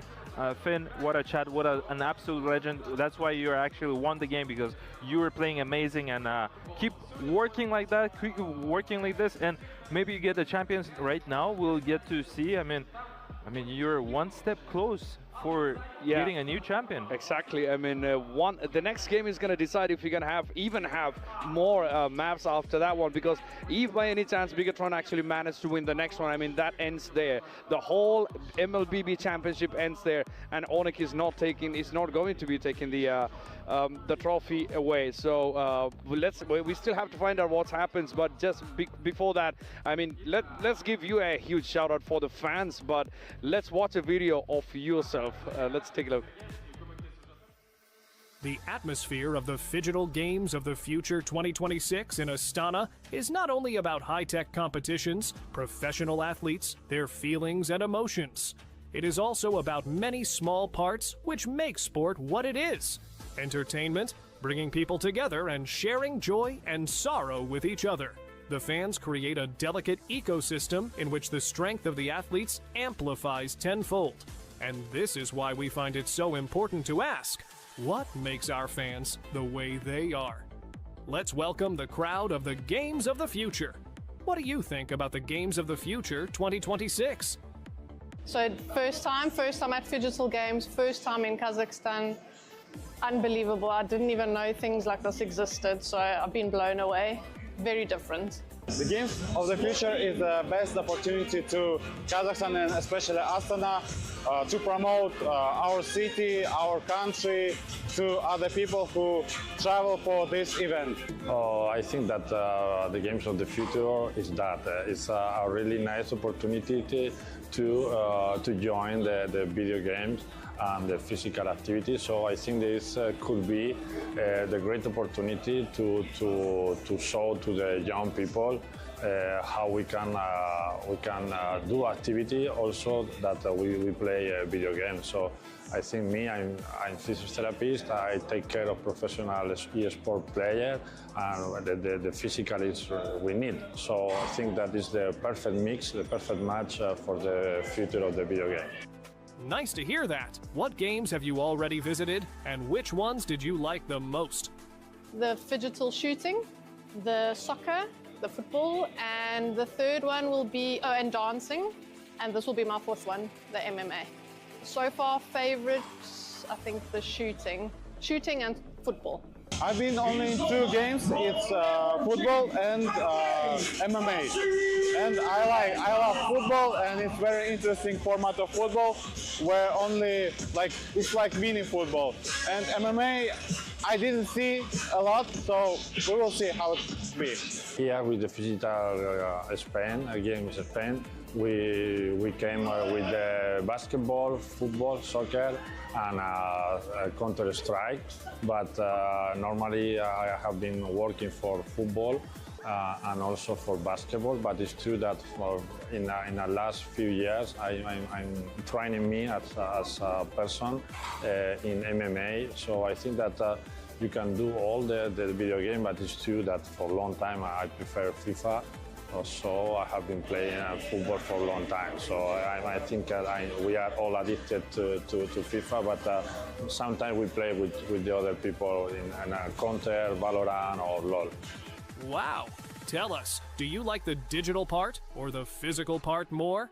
Physical, because it's more interactive. I don't really know what's going on the digital. I get confused, so physical for sure. For me, digital is for the first time, it's interesting, but physical will be always more interesting, I think.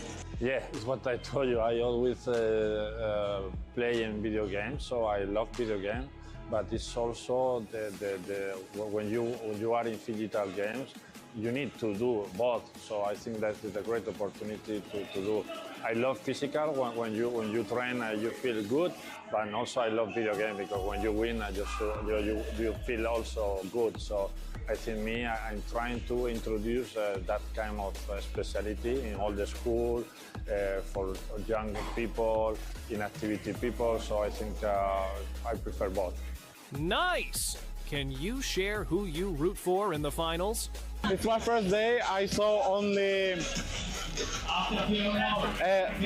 NSC football team.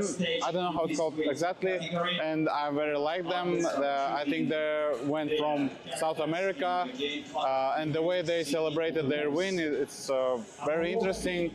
They're like very united players. Between Argentina and Mexico, we are Hispanic spoken, so I prefer Mexico. I love that country, and I hope I encourage you to win in the digital soccer final.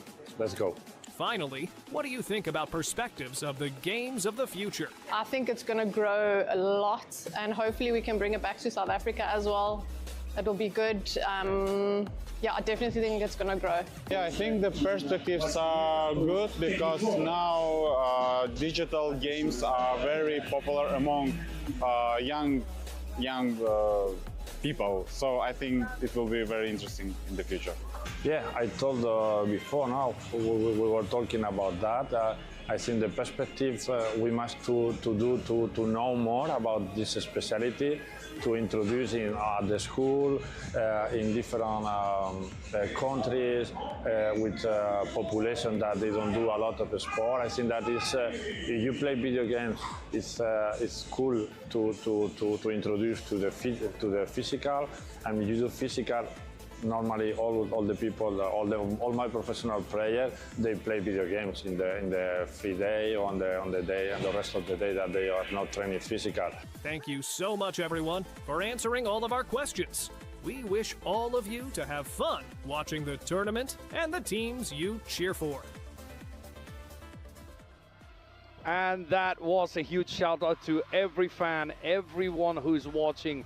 I mean, this wouldn't be as successful as this is now without all the audience, all the guests that's been coming to the arenas, and of course watching on the broadcast also. Huge shout out to you guys. But again, I mean, 2-0 at the moment. One more game coming up up next. But let's take a look at the draft, which been for the last map. I mean, Shogun grabbed Uranus. I mean, Uranus was with Ludpi in the first map, and then Shogun just went ahead and grabbed Uranus first off. Moreno stayed with Navaria, which we saw how that played out, and Kyrie stayed with Hivara as well. I mean, he did his best for sure. And then I think the start around 2 minutes 30 seconds, that was very chaotic how they started, like double kills, and it was more around 3 kills within 2 minutes or 2 minutes 30 seconds. Great start to the game, but again, I mean, as it went down later, it was going to change. But let's give a big shout out to the Center Credit. Make sure you download the app. You can download it with the QR code up on the screen. Scan it, because managing finances is going to be tough without Center Credit. So make sure you check that out. Manage your finances easily with the Center Credit online banking app. Check that out with the QR code. Thank you for Center Credit for being one of the partners.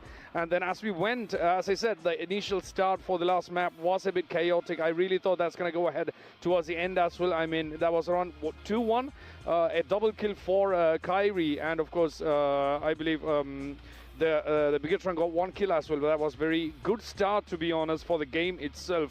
And then there is one pattern we saw in both the maps, is that around 30 minutes for the last map, there was only Kyrie left when Bigatron actually took down the other players from Onyx. And the same thing happened in the first map as well, where there was a point where I think around 10th minute when Bigatron actually took down all the players from Onyx and Kyrie was only left. But good job with Kyrie for this one, because at that point there was only Kyrie left and waited for others to re-emerge. But they made an attempt, but they backed up, but then came up again. 14th minute, we had 11-11, 2 equal kills at a tie. And then after that, I believe, Bigatron had a more control on the map. Plus, Bigatron had the load as well. After that, I think around 15th minute, all the bases were down. I mean, base turrets were down off Onyx. I mean, at that point, there was no return, I believe. Yeah, definitely is. Thank you very much, Heidi, for mentioning everything about us. I'm thrilled to see what's going to happen on Game 3, just the same as you guys.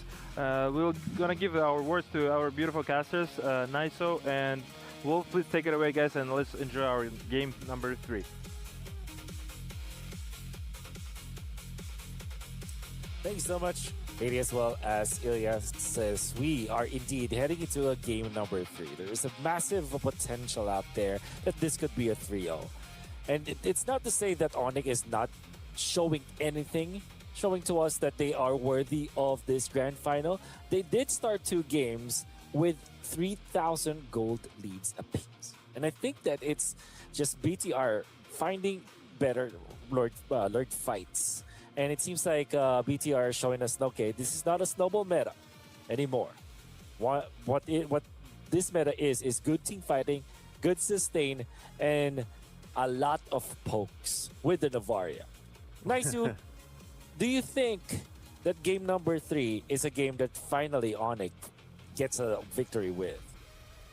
Hey, you know what? If that's going to be the case, Wolf, it starts with banning the Navaria, at least taking it away from Moreno, which they do. They do ban it out, which is good. I think all the Onyx fans around were like, come on, just ban the Navaria. Well, they banned the Navaria, okay?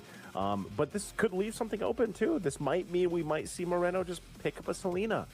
That might be one of the cases, because so far, it just feels like there's something about Bigatron by Vitality that is just, I don't know if they're just a kryptonite towards Onyx or what, because you know what, if Kelra's the god in the gold lane, Emon's freaking Batman, man. I don't know, because like what is happening in the gold lane? It seems like there are times when Kelra is winning the lane and he's able to go ahead and do things, but Emon just seems to play better as a team. It seems like the other teammates of Emon is just the utility belt, you know, and then all of a sudden he pops off.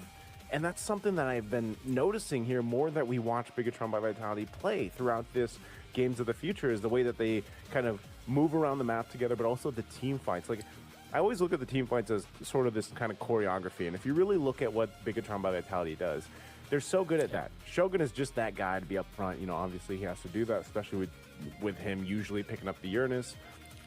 But then Finn, too, the way Finn moves and allows that space to be provided.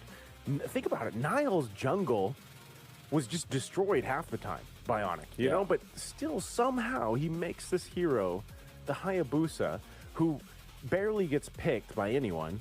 He made it work, you know? And even that, it takes the entire team to either follow through after your ultimate is used, that shadow kill, or for you to be able to capitalize on it when he has, you know, he's building those Sky Piercer stacks. So it's just like, it's one of those things where Bigatron by Vitality is just doing more as a team.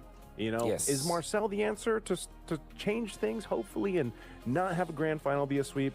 Maybe so. Yeah. it's a good step because it's also being banned out many times. But that opens up still the Uranus as well as the bats. I feel like if you are BTR, you want to pick up the bats still in this scenario. But in case they do have the Uranus as a substitute for it, so they do pick it up and they pair it up with the Matilda. Almost an impenetrable combo as we saw in game number 2. And there is some semblance of that in game number 1 where it was Onyx then that actually used that hero. Use that combo, Rafaela, with Uranus.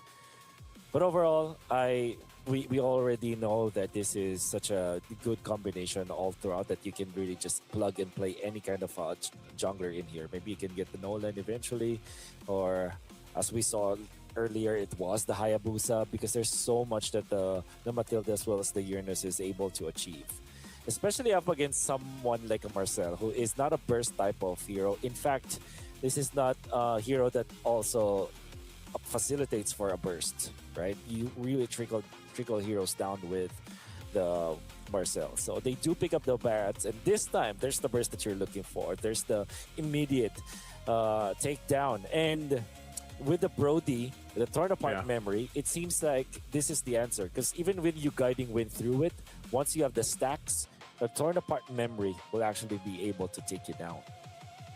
Yeah, hopefully this is the pieces to the puzzle that Onyx needs, because it would be insane to me, I think, and to a lot of people watching, if this is actually just going to end up in a sweep by Bigatron, by Vitality. Because yeah, we saw the results, right, when they met back in their own regional professional league. We've seen them kind of go head to head multiple times, but it's just like there's got to be something here. Like, what is it about Bigatron that's just thrown Onyx off what most people are used to watching them be capable of doing? And these first 3 picks, as you had highlighted already, Wolf, are great. But then, I mean, look at the answer right now by Bigatron. It's still the same thing. Brother, Shogun, I'm surprised he's not tired of playing Uranus. Uranus is not the funnest hero to play, you know? But what do you mean? Shogun's gonna... I know you like to play the Uranus, right? This is just that's right. And even our good friend Wilmy was playing him earlier, and he was saying, you know, it's a boring hero, but man, does it get the job done, right? And I guess that's how it is. But then also, this is why the Matilda is so great, because you can just let Shogun do his thing, and then you have Finn roaming around, taking care of everybody, providing, you know, utility and speed and shields and everything else. And this is why I'm saying Emon relies on everybody else. I mean, look who he's playing. He's playing carry. You can't. You literally cannot solo carry as carry. As crazy as that sounds, right? Pun intended. But you need the rest of the team, and that's why they build around that potential. Whereas then again, Moreno is like a playmaker on heroes you're not expecting, and Nile can hold his own. You know, so it's just like that seems to be what the magic sauce here is for Bigatron by Vitality. Yeah, and the reason why I would agree with that is because the carry is good versus most of the heroes here for Onyx, especially against this Barats, and its true damage also is appreciated up against the Marcel, who relies on the sustain and resistances. And if you have the Matilda with you, now you're almost impossible to beat. Now even the Brody is a problem. And you also have this Uranus to aid you when it comes to like peeling and everything. So BTR have mastered this kind of gameplay. If you're Onyx, you want to be able to take out the heroes of vitality as fast as possible. So you're going to be drafting a hero for Kyrie that deals on burst as well. That's why. And there's a lot of Onyx fans out there. Kyrie, Keller on screen here, Onyx in the back. It's just people are saying it's going to be a reverse sweep maybe. Well, it starts here. These next 2 picks that are eventually going to come through after the Red 4 pick for Bigatron will tell us the potential of Onyx making that happen, at least taking one step in that direction. I do like what they already have. I mean, you know, this is already a very strong foundation, but whoa, talk about another curveball in our current meta, a Sicilian. Now, I know we've even seen the Carmilla, right? Carmilla has showed up a time or 2. Well, now it's Cecilia. You take away my range heroes. I still got another one. There was actually a time where There was actually a time where it was Carmilla and Sicilian together. It was Rune Eaters that actually deployed it. Weren't able to win with it. But you're right. This is a Moreno special. And the idea here is to make sure that you take out the Marcel as fast as possible, as well as the Brody or threat to the Brody. And most importantly, you trickle down the Barretts with all of your slows. And you're going to be a threat in that. Onyx are playing this game so weirdly. And weird, I say, because in game 2, they used what BTR played with. And now, game number 3, are picking up the Hayabusa, which was freshly picked up by Nael. So this kind of tells us that they might be behind, where BTR is dictating the tempo of this game, of this series, in fact, when it comes to drafting. Especially now that they picked up this Sicilian. I wonder what they close it out with. They're going to be looking for their jungler. What if they are the ones to pick up the Balmond? Oh, man. I think imagine if they go Balmond, they take one. Okay. Oh, they're doing the... Okay, they're just having fun with it, right? I mean, Bigatron by Vitality up 2-0. It's match point. They're doing the combo, What is the jungle? Man. What is the jungle? It's Carmilla. It's Carmilla. Carmilla jungle. All right. Yeah. It's the Carmilla jungle. We even saw this in MST. We even saw this in MST. Right. You're right. Carmilla jungle with the Sicilian. Are we... Don't tell me they're gonna. I mean, is there some crazy stuff that they can do with the interactions? You know, and this is just it's gonna feel a little weird, but I think it's also gonna put a statement out there if this ends up being a win for Bigatron. How are you feeling about it, Wolf? Okay, so I always like pocket picks. I wanted this Carmilla Sicilian to be successful actually so many times before. So yeah, I like it. I think that this game with the Matilda, there's a lot to sustain. Again, they will try to out-sustain Onyx. What they're going to do here is to poke Onyx continuously, force some ultimates, then try to survive with some iframes out there, which will be available for their Carmilla as well as their Sicilian. So yeah, this lineup rules. And I feel like it's not easy to pull off because it's so late game centric and it's so item dependent, but BTR have shown us in games 1 and 2 that they can make things like this work.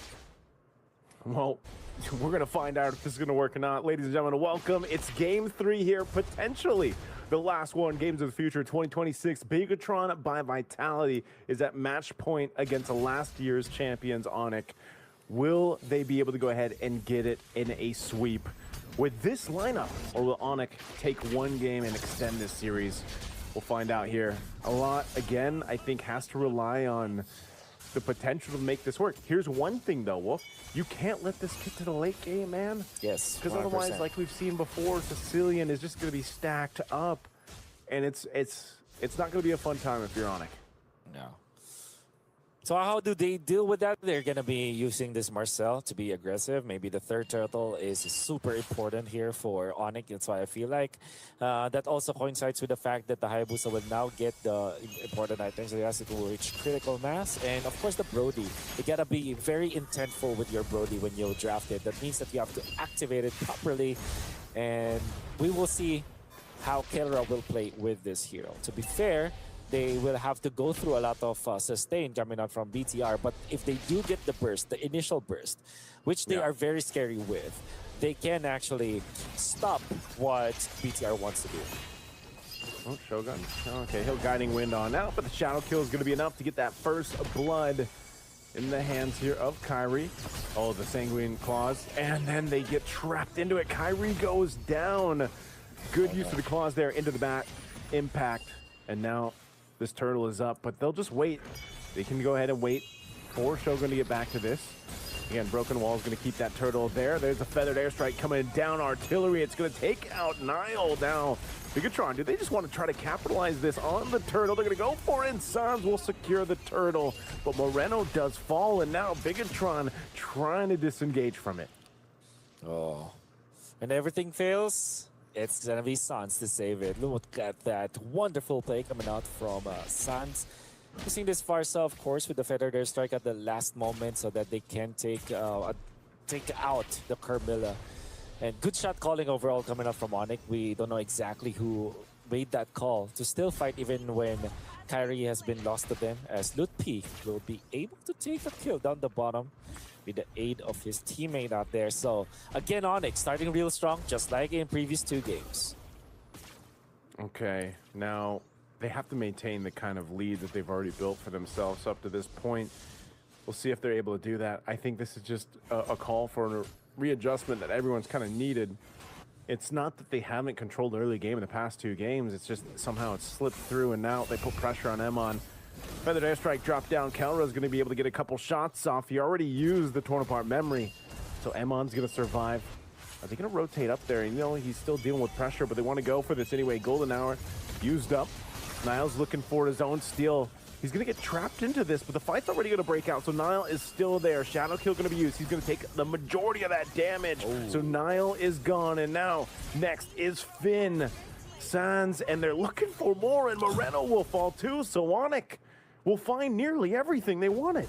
Every single thing that they want. They can even take out their third energy shield Samir with Kelra being in there, so that's a lot of extra gold that you're given to your gold laner. Gets back and pushes it. Oh. Gets a kill afterwards. Eman then taken out. Sans is on a different planet right now. We always say that Sans has always been one of the best mid laners out there. He plays so well. Whenever he is on, man, he is really, really on. Yeah, this game, Sans decided, you know what, guys, let me take this game in my hands, at least for now.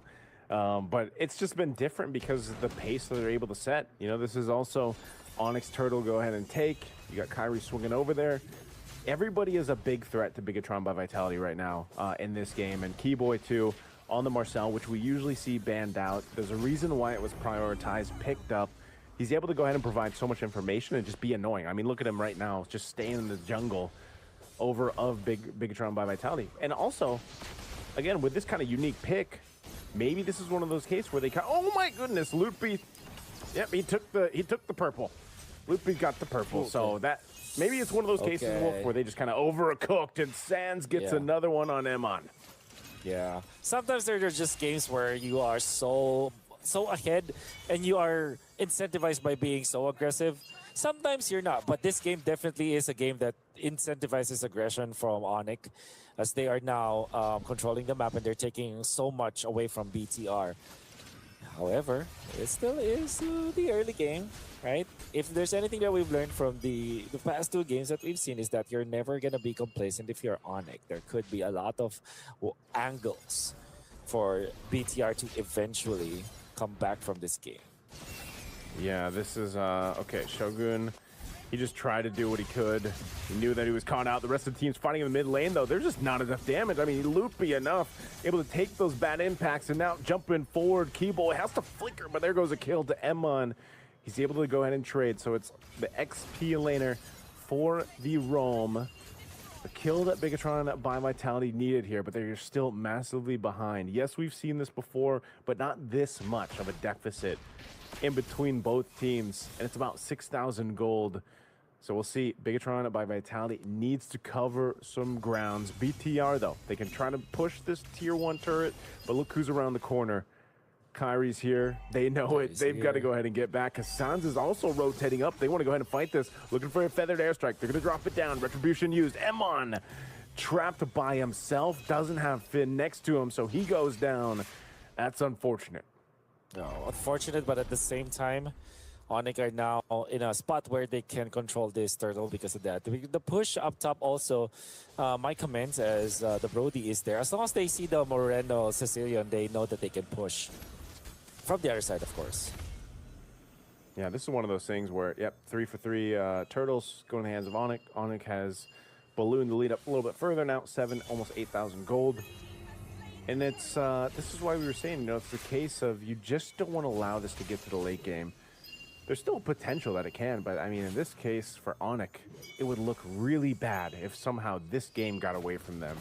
Just because you don't take this kind of lead, face against this kind of composition, and let that happen. You know, there's just no way I can see that happening. This is one of those games, like you said, Wolf, where, you know, it might be one of those instances where it's just go again, you know, get us to the next one.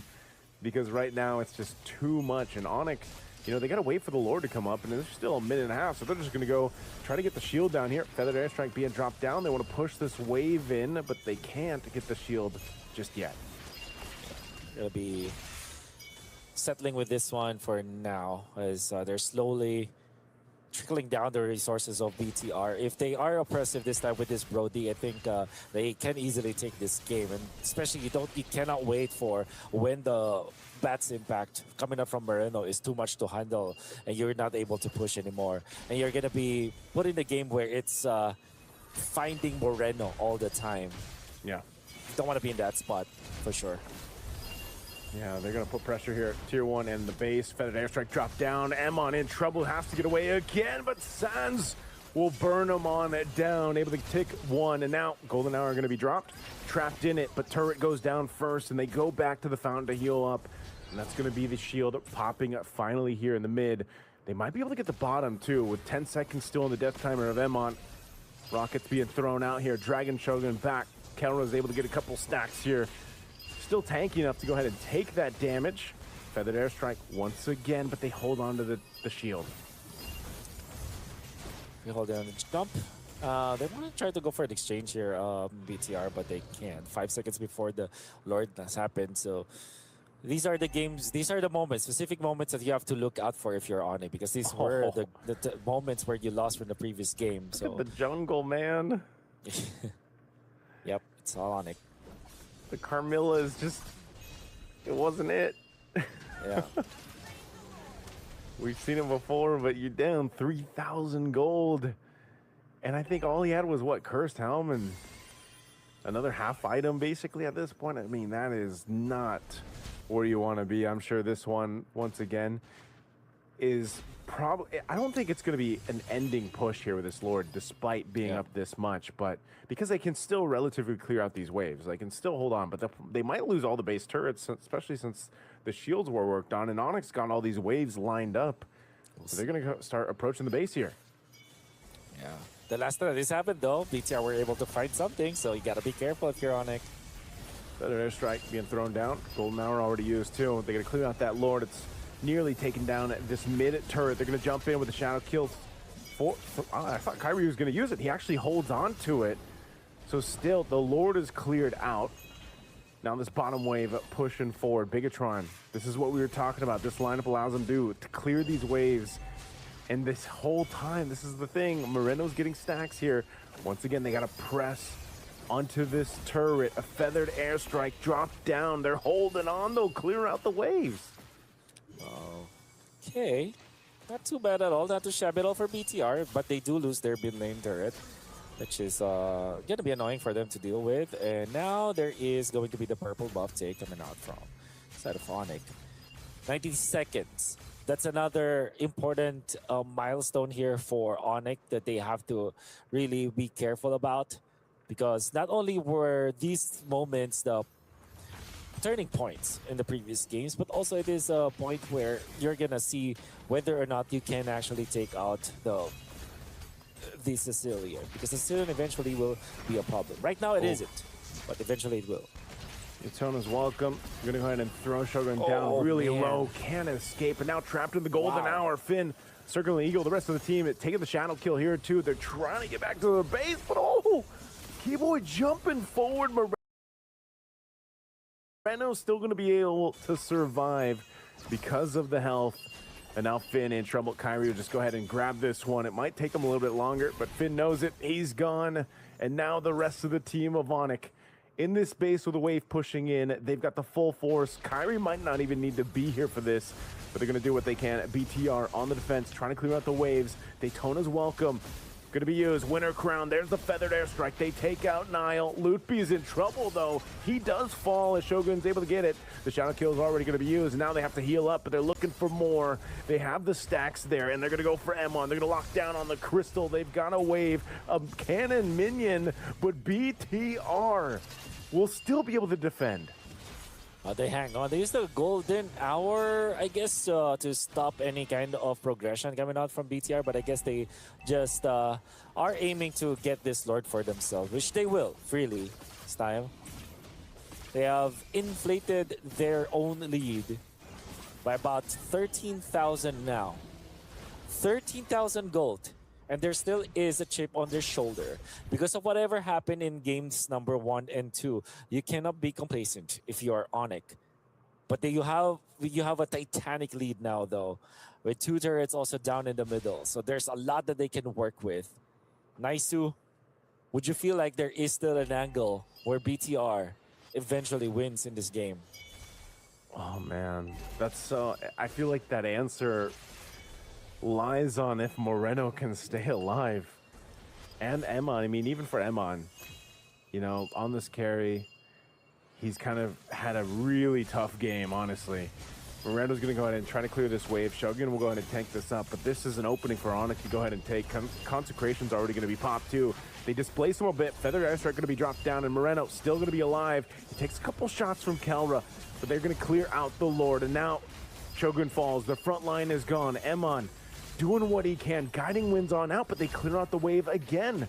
And now BTR, they got to clear out this Canyon Minion and the wave in mid, but Onyx eyeing the base, eyeing the crystal here. They want to go for it. They're going to go in, just a last-ditch effort, trying to stay in as Finn is gone, and now it's too long for Shogun to be up, so Feathered Airstrikes drop down. Emon is working on what he can, but the crystal's going to go to Onyx anyway. Finally, Onyx makes it a series. And with the amount of lead, about 13,000 and even more afterwards, they use it as a battering ram to push their way and force their way into game number 4. The series is not over yet. Another good start for Onyx this game. However, this time BTR were not able to resuscitate themselves. Unfortunately, this Sicilian with the Carmilla is still not working, at least for games of the future. That is game number 3. This time, Kelra quickly gets out of their booth, as it seems like Onyx have found their way again back to this series. More of that after this break.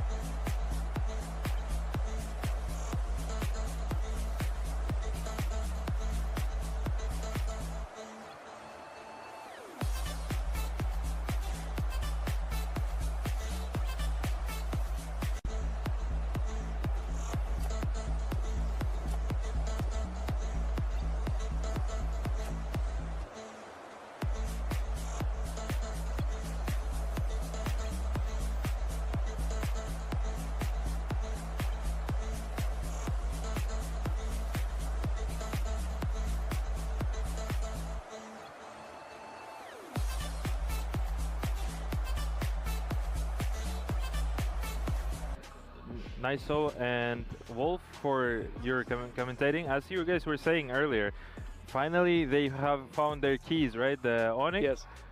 Yeah, the Onyx, they came back now, finally banning the hero called Novaria and making it win for themselves and make it easy for themselves. I mean, this is a champion title after all, and they're here to defend the title. So therefore, they actually won their game. That was a clean game, let's be real. And outstanding performance from Sanji, personally. The way how he played Farsa was incredible. Yeah, indeed. I mean, I think the first thing that they did was, I mean, the first plan was just banning Novaria. I mean, as soon as they get in, ban Novaria, because, and also that, I think that kind of paid off. I mean, we cannot completely negate it to that fact, but I mean, good performance by Onyx. Great. I mean, they had the map for themselves, I think, overall. For making all these fun and all these competitions happen. Let's give a big shout out to Freedom for being the general partner, bringing and making MLBB happen here in the Games of the Future 2026 here in Astana. But we are all excited to see what's going to unfold. I mean, I really wanted personally to for Onyx to win this one, because that's the only way we can have more maps going forward and get the thrill going, right? I mean, if they're gonna ban Novari again, then they'll have let's put it that way, for the victory. I mean, this time it's different because Novari is out. Now there's not a hero for Morino to do this so well doing with Novaria. But nonetheless, let's take a look at the highlights here at the game number 3.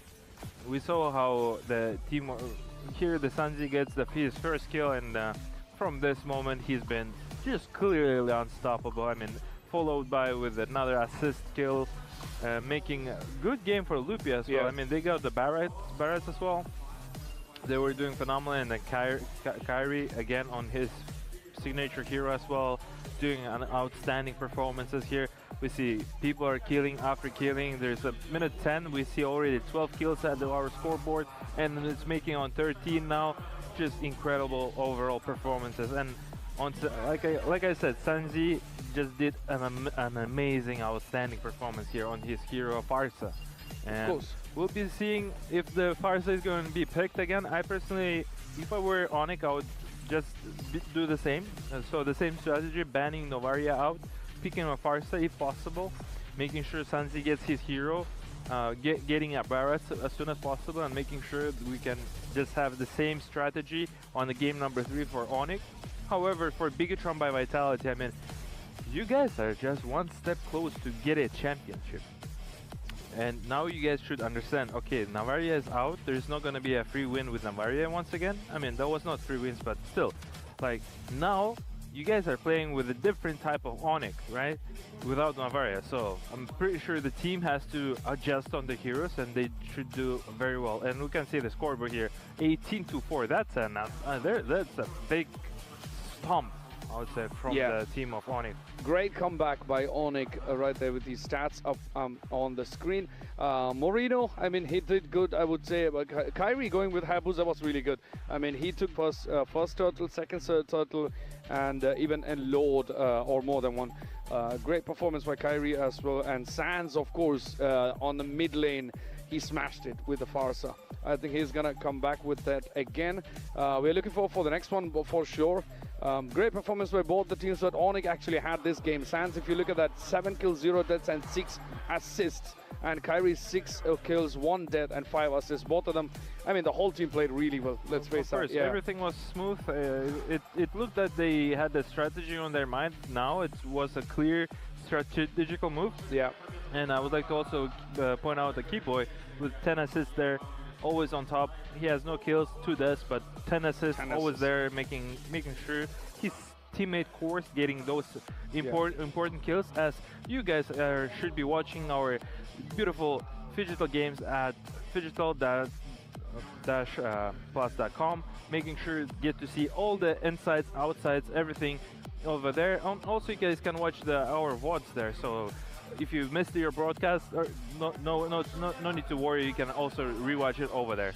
Of course, I mean, even from the first 3rd minute, Onyx really had the lead, and everyone was hoping they keep the lead and not get Bigatron flip the other way around. But by 3rd minute, I think 3 minutes 20 seconds, they had a 4-kill lead with a 2k gold deal. I mean, towards when it went to the end, they almost had around 13k gold advantage for Onyx towards the end. That's a huge advantage.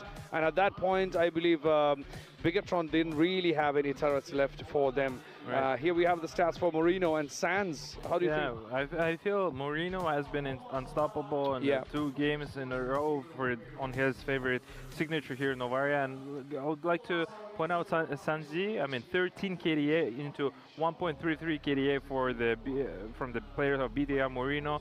Gold advantage is there, hero advantage is there. It's double damage on there, even if not almost triple. And hero damage, I mean, Morino took a lot of damage. Yeah. I mean, he of course he's been losing, but the kill participation, he's been always in the full kill participation there from Morino himself. But unfortunately, that's not enough when you have 4 kills totally for you, when you're getting stomped by 18 kills from the team of Onyx. Yes, of course, and we are yet to find out who's going to be the MVP. But before that, just to get you all the details in one place, making it so lot easier for you, make sure you check out our official website. You can see it on the screen, astana2026.games. Check out our official website. You got everything in one place, making it a lot easier for you to get all the pulse from Games of the Future 2026 here in Astana. Check that out.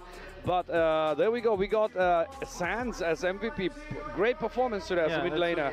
Very well earned. I mean, he played a phenomenal game. 706, 660 GPM, and overall, if Sands is going to continue just the way how he continues now, and if there will be Farsa picked again for him, I would be really happy to see Farsa in the second game on the hands of Sanzi to make sure that to close the game number 4 and we can get to watch the game number 5. But nonetheless, let's see how they're gonna do. Let's see if Bigatron by Vitality can adjust on their heroes, because now they should be prepared for the Novaria ban, right? So there should be another hero, another substitution for the Novaria ban in order for them to pick. And also, they banning Novaria, I mean the Onyx banning Novaria, that creates an opportunity because they are skipping one ban that they were banning before. So the what is it called? The team of Bigatron by Vitality, that now they can make advantage of they banning Novaria and make it a 4-head move and 5-head move. So making sure getting those important heroes and making the strategy easy and smooth for them. Of course, I mean, the overall style, I mean, both the teams are going to be looking for the win for the next one, because for Bigatron, it only takes one more win to get that crown of the championship. Whereas if you're looking at Onyx, they still need to win 2 more matches, 2 more maps from this. So that's going to be, I mean, it is a challenge. At the same time, Onyx been unbeatable so far until yesterday. But Bigatron actually came up and then changed that history for today. So we are yet to see how that's going to play out for the upcoming games. If by any chance, if the next game goes to Bigatron, we are done there. They're taking the crown. 100%. Also, I'd like to mention Team Onyx for their professional performance. I mean, just like what I said about Team Aurora, right? So they lost 2 games. They didn't give up, and they actually give their all in, make sure they adjust a couple drafts, make sure to secure that 3rd game, and then now we get to watch in the 4th game. But before that, let's watch our quick video about the couple interesting moments. Did you know that a fan-made map jump-started a whole genre in competitive sports and contributed to the development of one of the adored games of many, Mobile Legends Bang Bang? Multiplayer Online Battle Arena, abbreviated as MOBA, is a subgenre of strategical games which started out just as a game called Aeon of Strife. Though it was far less developed than the typical games in the genre, since the characters didn't have any abilities, but the principle for the gameplay was established quite clearly. Players controlled a single hero unit fighting on 3 lanes, which were protected by defensive towers. Might be unusual to hear for us now, since the MOBA genre is so popular, but it was not true at all for the first 6 years of the genre's existence. Dota, League of Legends, Smite, Heroes of the Storm popularized the genre and eventually led to the creation of Mobile Legends. Released in 2016, Mobile Legends was designed to appeal to a broad audience, and appeal it did. The free-to-play business model, along with captivating heroes, were enough to win over the hearts of many gamers. Now, Mobile Legends Bang Bang has a rich international presence, attracting many players from Southeast Asia and South America. That was an interesting video on the history of Mobile Legends Bang Bang. I mean, I didn't know the fact that this all started with a fan-made map. Like, that was interesting to know. That's a good fact, new fact for me. I mean, that's the same history about Dota. Yeah. The Dota initially started from Warcraft 3 and initially also from the brought up by fans and making sure like there was another map. Right. So that's how the history becomes history. I mean, that's why MOBA now it's biggest, one of the biggest disciplines here out there in the world of esports. Of course, I mean, released in 2016, I mean, we are going non-stop with MLBB right here. As you can see, we have a huge fan base for MLBB as for the game and also as for the competing teams and the players. We're going to be jumping into the next game 4 of the map 4 of this grand finals in a short while. But again, as I said, if Bigatron manage to get the next one down, we are having a crown, we have having a championship, but Onyx still has to win 2 more games just to get to that championship.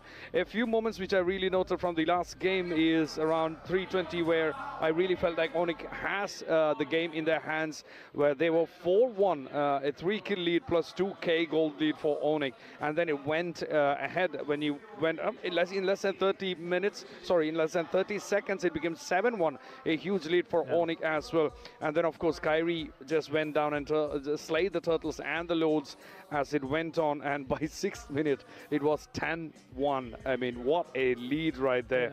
And then by around, I believe around 13th minute, or between 12 minutes and 13 minutes, that was 13k gold lead for Onyx. Huge lead gold. Yeah, for sure. I mean, the way how Onyx just now adjusted themselves and the way how they just started to respect ban the Novaria from the team of Bigatron by Vitality was a very smart choice, because otherwise there would be could be a consequences, which they actually took the consequences for. I mean, on the game 1 and the game 2, we've seen two Novaria picks, and they were just phenomenal now. Consecutive wins for the team of Bigatron by Vitality, where, for example, Team Aurora, they hadn't had that chance to make sure to ban the third game because they actually played two wins on making sure to close out Aurora. And now they're winning 2 games off of the Onyx, and I do respect Onyx for their perseverance and for their being professional, because they are managed to get a game off of them. Now it's 1-2. We'll see how it's going to be played out on game number 4. If we're gonna get to see game number 5. I mean, the composure of the teams is a very big factor when it comes to these kind of situations, because you're looking at a big, huge prize money plus a championship, which could be 2 championships in a row for Onyx. So for them, losing the first 2 maps is actually very disheartening, I would say. But keeping that composure game for going for the 3rd map, getting into that in a fresh mind, with a fresh mind and the strategy to back it up is, I mean, that's commendable once it. And also it's worth noting that Onyx actually made 3 attempts, I believe, towards the base. First 2 attempts were actually defended by Bigatron. So I guess we are ready for the game up next. Our legends, Wolf and Niso, is getting ready, and over to you guys. Let's do this.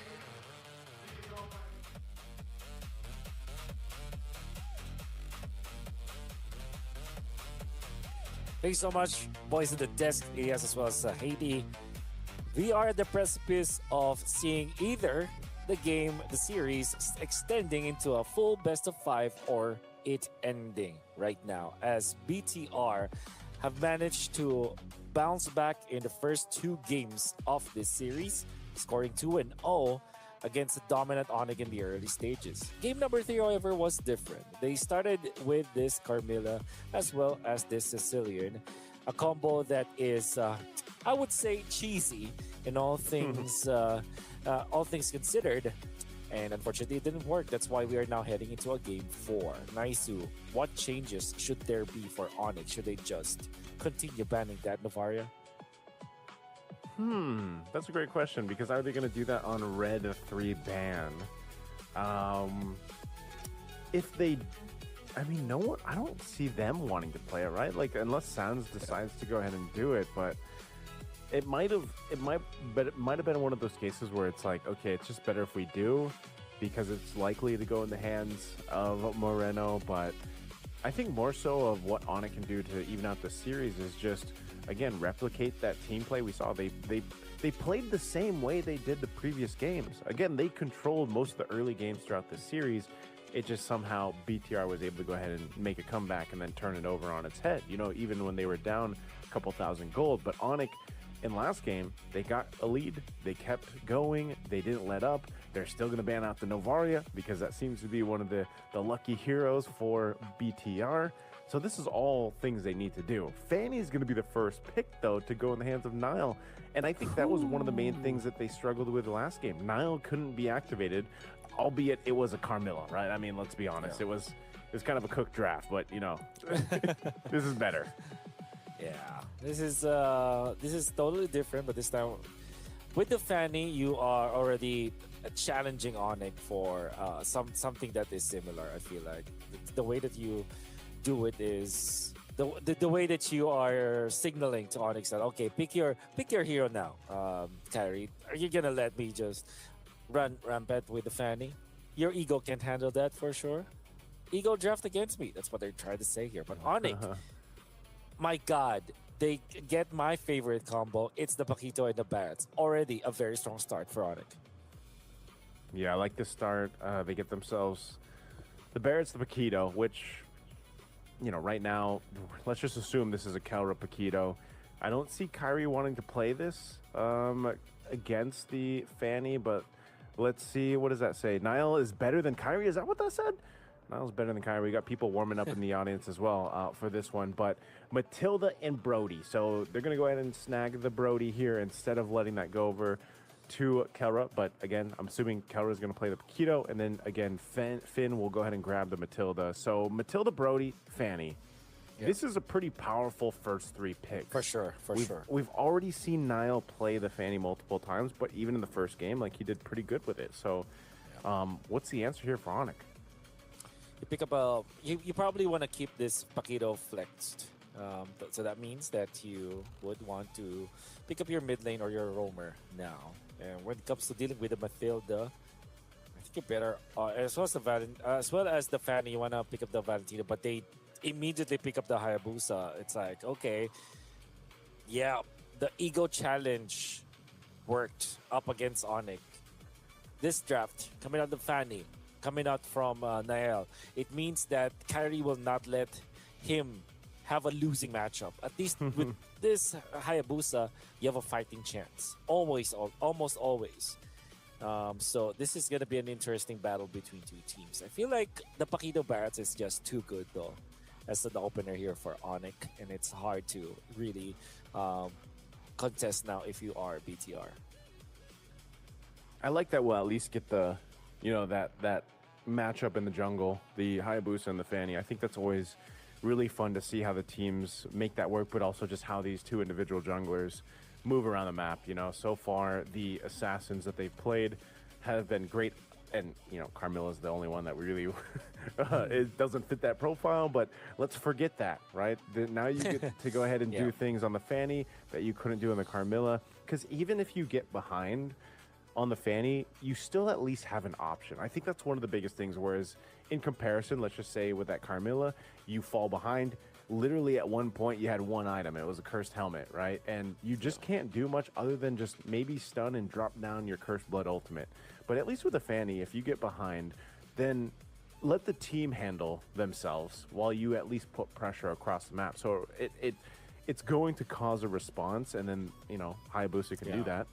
So you might see just a 1v1 assassin in an off lane or something happening while the rest of the team has dealt with each other. You can see the roam options being narrowed down here a little bit further, still respecting that Selena too. So Moreno, is he going to surprise us with a different pick? I think is where we're wondering where we're going, right? Like, what else? Because the Sicilian, I don't know if the Sicilian would have been fine in a different instance, like if they didn't have the Carmilla, because we didn't really get to see it hit that power spike. I think the Sicilian makes a lot of sense in that draft. I think that it has a lot of potential in that draft too. Yeah, I do agree. It's just the Carmilla that was the choice from the jungle role, in fact, right? So it's like they're putting themselves in a situation where it's almost it's difficult to win, to be honest. But at the same time, if they do win, it looks good. Now, Onyx will close this one out with a Ruby from probably the roam position, which is interesting because it is another role. Definitely that the Ruby can be played in. It's just that teams are veering away from it. They want the scalability of a Ruby to be there. But it's one of those heroes that are always answers to assassins, most importantly against both the Hayabusa as well as the Fanny. So I think this is a generally good pickup for Onyx. Yeah, I like that because it just gives you ways to go ahead and catch, you know, Catch the Fanny, catch the Brody if you can. This Vexana pick, this was banned out a couple games ago. This time it's going to be picked up. Really good crowd control. The Eternal Guard is great to go ahead and play on. Plus, you got the Hylos here now, too. So, help speed things up or slow down Onic. This is a well-rounded draft, I would say, from Bigatron by Vitality. But I think even if you look at Onic, they're just lacking some magic damage. So, it's like, what is their mid laner to do that? Is it just a Farsa? Is it just going to be a Farsa again? Is there something better for them to fight into? I know Eve has kind of fallen off, but yeah, okay. It's going to be the Farsa. Farsa is the best kind of punch for the damage, you know, like in the magic department, at least to go ahead and give you that early skirmish capability here. So I do like what Onic brought to the table, man. And honestly, I think this could be a 2-2 by the end of this one. You know, obviously, Coach Yeb keeping the players there motivated. They're ready to go. I think they have the momentum. Great draft here, too. But let's see. Bigatron by Vitality might be able to make something happen with this Fanny, with this very mobile lineup to be able to move around the map. So I get your sentiments, right? I think that this is more of a standard pickup for some Onic fans out there. But yeah, for Onic in general, what you get from this is, I guess, stability and a lot of ways to approach the game. It's not mid-game centric only. It's not late-game centric only. There's so many ways for them to approach team fights.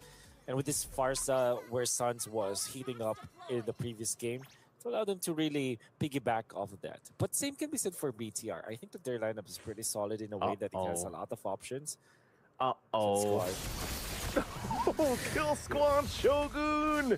He popped the Revitalize, but he is going to eventually go down unless Fizz can take him out. Oh, what a Guiding Wind save, but now can he bob and weave? Oh, Shogun tried. First blood go in the hands of Lutpi. What a move. What a plan, man. That's interesting. But at the same time, would they achieve anything out of that? Maybe this is the only time that they can do that, you know? And it happens to be in game number 4, so I think it's safe, because if they want to extend the series, then that's really some sort of the early game shenanigans that they really wanted to utilize. And the thing is, they only had to pop the flicker onto Lutpi, so there's not much that they had to do for that one to work. It did work. First skill going in for Onic. Yeah, this is the XP lane is just kind of funny because it's a Barretts and a Hylos, you know, and like we mentioned in the draft, you usually don't see some of these heroes in those roles. They're going to go for Lutpi, though. Niall's up here, but Lutpi's tanky enough. You really can't commit to that. So one of the things is XP expected to be kind of a dead lane, right? It's mostly what they're capable of doing when these turtles come up, especially now that it's on their side. They want to go ahead and have those level 4s. If you think about value, though, who's the better value? The Glorious Pathway ultimate for Hylos or the Daytona's Welcome from Lutpi? Yeah, it really depends on the situation, I feel like, but generally speaking, most of the situations, I feel like 90 to 10 is going to be the ultimate coming out from Lutpi. The Daytona's Welcome, especially with all these top XP laners, I feel like they have been so good controlling and piloting this Barretts, and they're very sneaky with it, and I'm just happy to see a lot of good stuff from them. Oh yeah, Joker just laying down his own pathway to death, it felt like, on that one. That's going to be a kill going over. They're looking for more Emon. A little bit late to that, but they do find a Kelra. Good pickup in response by BTR, although the turtle went to Onic. Yeah. I think you're happier if you're BTR, actually, because Onic giving away some kills is always bad when it comes to the first turtle fight. I feel like kills are more important, but because of that, oh my god, Keyboy. What a snag. That's the reason why we say the Ruby is somehow a counter to the Fanny. Yeah, this is going to be trouble. Guiding Wind. Oh, good usage. Don't run Wolf King. Feathered Airstrike down. Emon bobbing and weaving, using the stun too. He's actually going to be able to survive. Really good usage of his own kit to stay alive in that Feathered Airstrike. Good play there. But now there's some more pressure.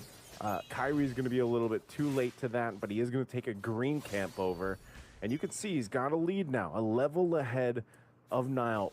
Niall getting caught in that bush was very detrimental to him, at least for now. Yeah. I don't want that to happen at all. It's going to be some movements here coming out from Onyx here in the bottom lane where you have to now think about Kara because you're fighting with the other heroes already, right? Here, Luffy's fine, Keyboy is having a great time, Sans is definitely having a great time, and Kyrie by extension is safe. So you're gonna have to think about Kelra now if you're Onyx. How do you activate this Paquito? It seems like the response is to force some rotations into the first turtle, or in the second turtle I mean, where it is nearby the Kelra lane. Okay, so at this point, what do you look for if you're a BTR? You know you had not really a chance in that last turtle, so now you want to go ahead and try to make it happen. Obviously, Shogun, he's going to have to watch where he puts down this glorious pathway, but Ludpi is pretty much doing the same thing. So Shogun just doesn't want to get caught into a Daytona's welcome and thrown into the opposing team while the rest of the team isn't ready. So buffs are secured. Kyrie's going to go ahead and make his way. Same thing with Niall. He's got both of his. So it's going to come down to an entire team fight for this one. Actually, Purple's just coming up. Daytona's welcome on Niall as he's thrown out already. Eternal Guard going in and knocking them up, but Moreno is gone. And now without Moreno, this is a tough one. Bigatron's just going to have to give this up. So Turtle should just go over to Onyx. He's going to grab his purple buff and rotate in. Malefic Gun, first item rush for Emon. He needs the range here. So Onyx, easy take on this objective. Yeah. It took a lot of effort from BTR to be able to find their way into that fight, but in the end, it wasn't enough for them. It was a difficult scenario to be in, I would say. But at the same time, it's proven that Onyx is just better at team fighting at that point, and especially because they're equipped in the early stages.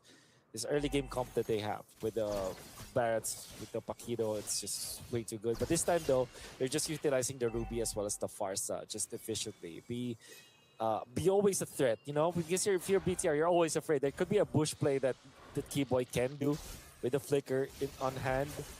So up top, Kelra. Oh, he's gonna be able to outplay the hell. Unbelievable. Oh, man.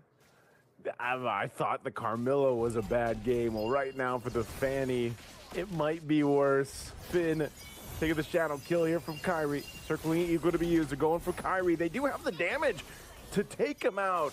Emon able to capitalize on that with the torn apart memory. Good play down here in the bottom lane for BTR. Oh. Wow.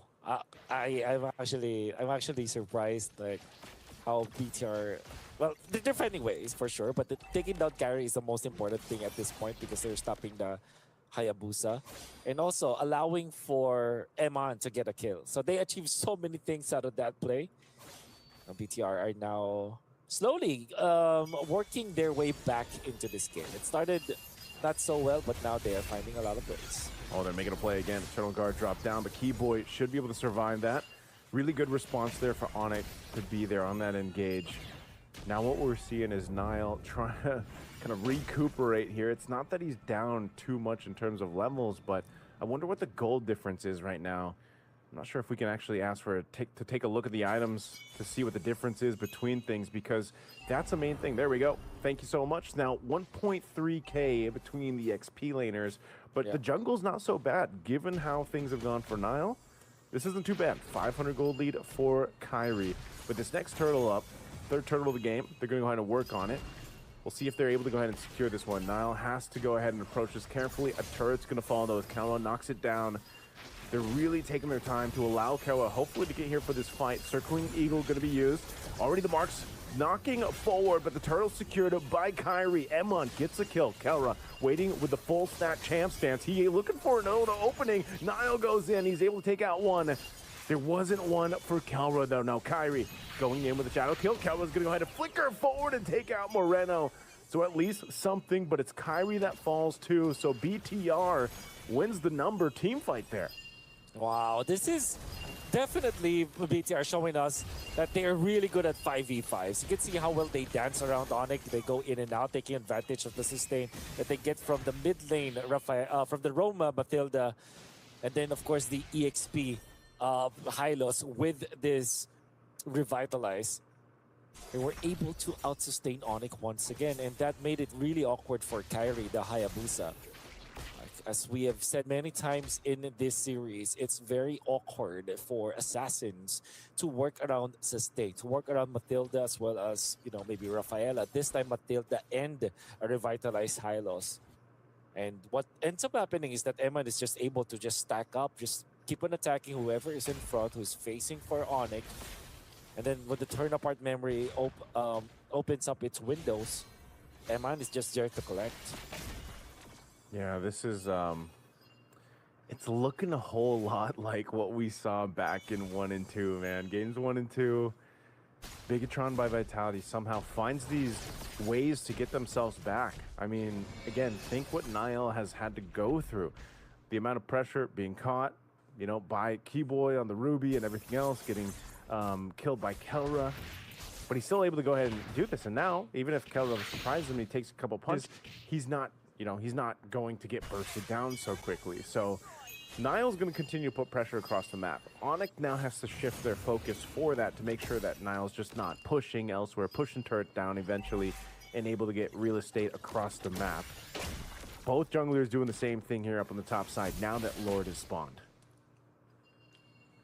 Gonna be tricky now because every single lead that Onyx was able to build has now been erased. Of course, there's 1,000 lead Onyx right now has, but it doesn't feel as impactful as it should. And again, another good start by Onyx, but one good team fight from BTR was enough for them to turn things around. It's because of the positioning that we're seeing from BTR, the sustain that they have, understanding properly why and how this kind of composition works. Like what are the ins and outs of a Matilda kind of composition, and how do you utilize it, and how do you win against Assassins with it? Onyx are still the first ones to put themselves in front of the Lord. Vexana down in the bottom lane, not showing himself just yet. A tricky situation now for Onyx. Lord is at 50. Okay, Moreno might get here in time. They actually delay this Lord take, and Niall's getting his buff, so it's gonna reset. So even with that information, they're able to go ahead and handle that wave a bit, at least so it's even. Now Niall and Moreno will be back for this fight. Onyx is respecting the potential setup here that BTR can pull off. Surely. Kyrie has reset his buffs again. One more cycle, double buff. Bottom lane being controlled by Kelra. Keyboy is there to help a little bit. They want to make a play. They want to make a play on Kelra. They're going to drop the Eternal Guard. They get the Terrify off, but oh, they miss a little bit. Kelra's trying to get away. The cable, though. He's 1 HP away. That Eternal Guard quite hurtful, but he's actually going to be able to go back to the base, and now can they get back in time? This is Flying Clouds, so they will be able to travel very quickly. Again, a big factor here is the map that they're currently playing on, the Clouds being able to bring them back quickly, reposition themselves. So a good attempt by BTR to try to take out Kelra, but it just didn't happen. Did force out the flicker onto Kelra, and Moreno will have his flicker first. It seems like they have already started with the Glorious Pathway, but no commitment just yet, even after circling Eagle Daisu. It's interesting that BTR are wasting some of their ultimates just looking for an opening. I think they're really just trying to delay Onyx and make them second guess this. One of the strengths, again, of having a Matilda, and it looks like even Onyx doesn't know if they want to fully commit to these mind games of BTR, as the Lord is just dragged back and forth between both squads. Looks like Niall's got something else in mind. He wants to go ahead and take the purple buff. He wanted to see if Kyrie would rotate for it, so he's going to take it away. Win a crown for Finn. This could have been also part of the plan, man. Just wait for some of these defensive items to be available to make it happen. They know that this Lord alone could potentially get them to the base turrets of Onyx, and vice versa. Loopy, half health, taking some damage here. Shogun as well, he's quite low. They're gonna go for Loopy. Loopy pops it, whoa, pops it, Daytona's welcome, but he was so low, he's gone. They're gonna set it up in the mid lane as Shogun goes next, and Niall's gotta get out of there because he's low. So now it's gonna be a reset. He's gonna go back to base, and Onyx will reset as well. The pokes of coming out from BTR was enough for Lutpi to be forced to make that play. albeit good catch coming out from Loot B, but he was far too low. So when he popped the Daytona's Welcome on the right target, the damage was too much for him to handle. He was taken out. And Keyboy had to pop the Flicker just to salvage that fight. So it's an XP for XP trade-off.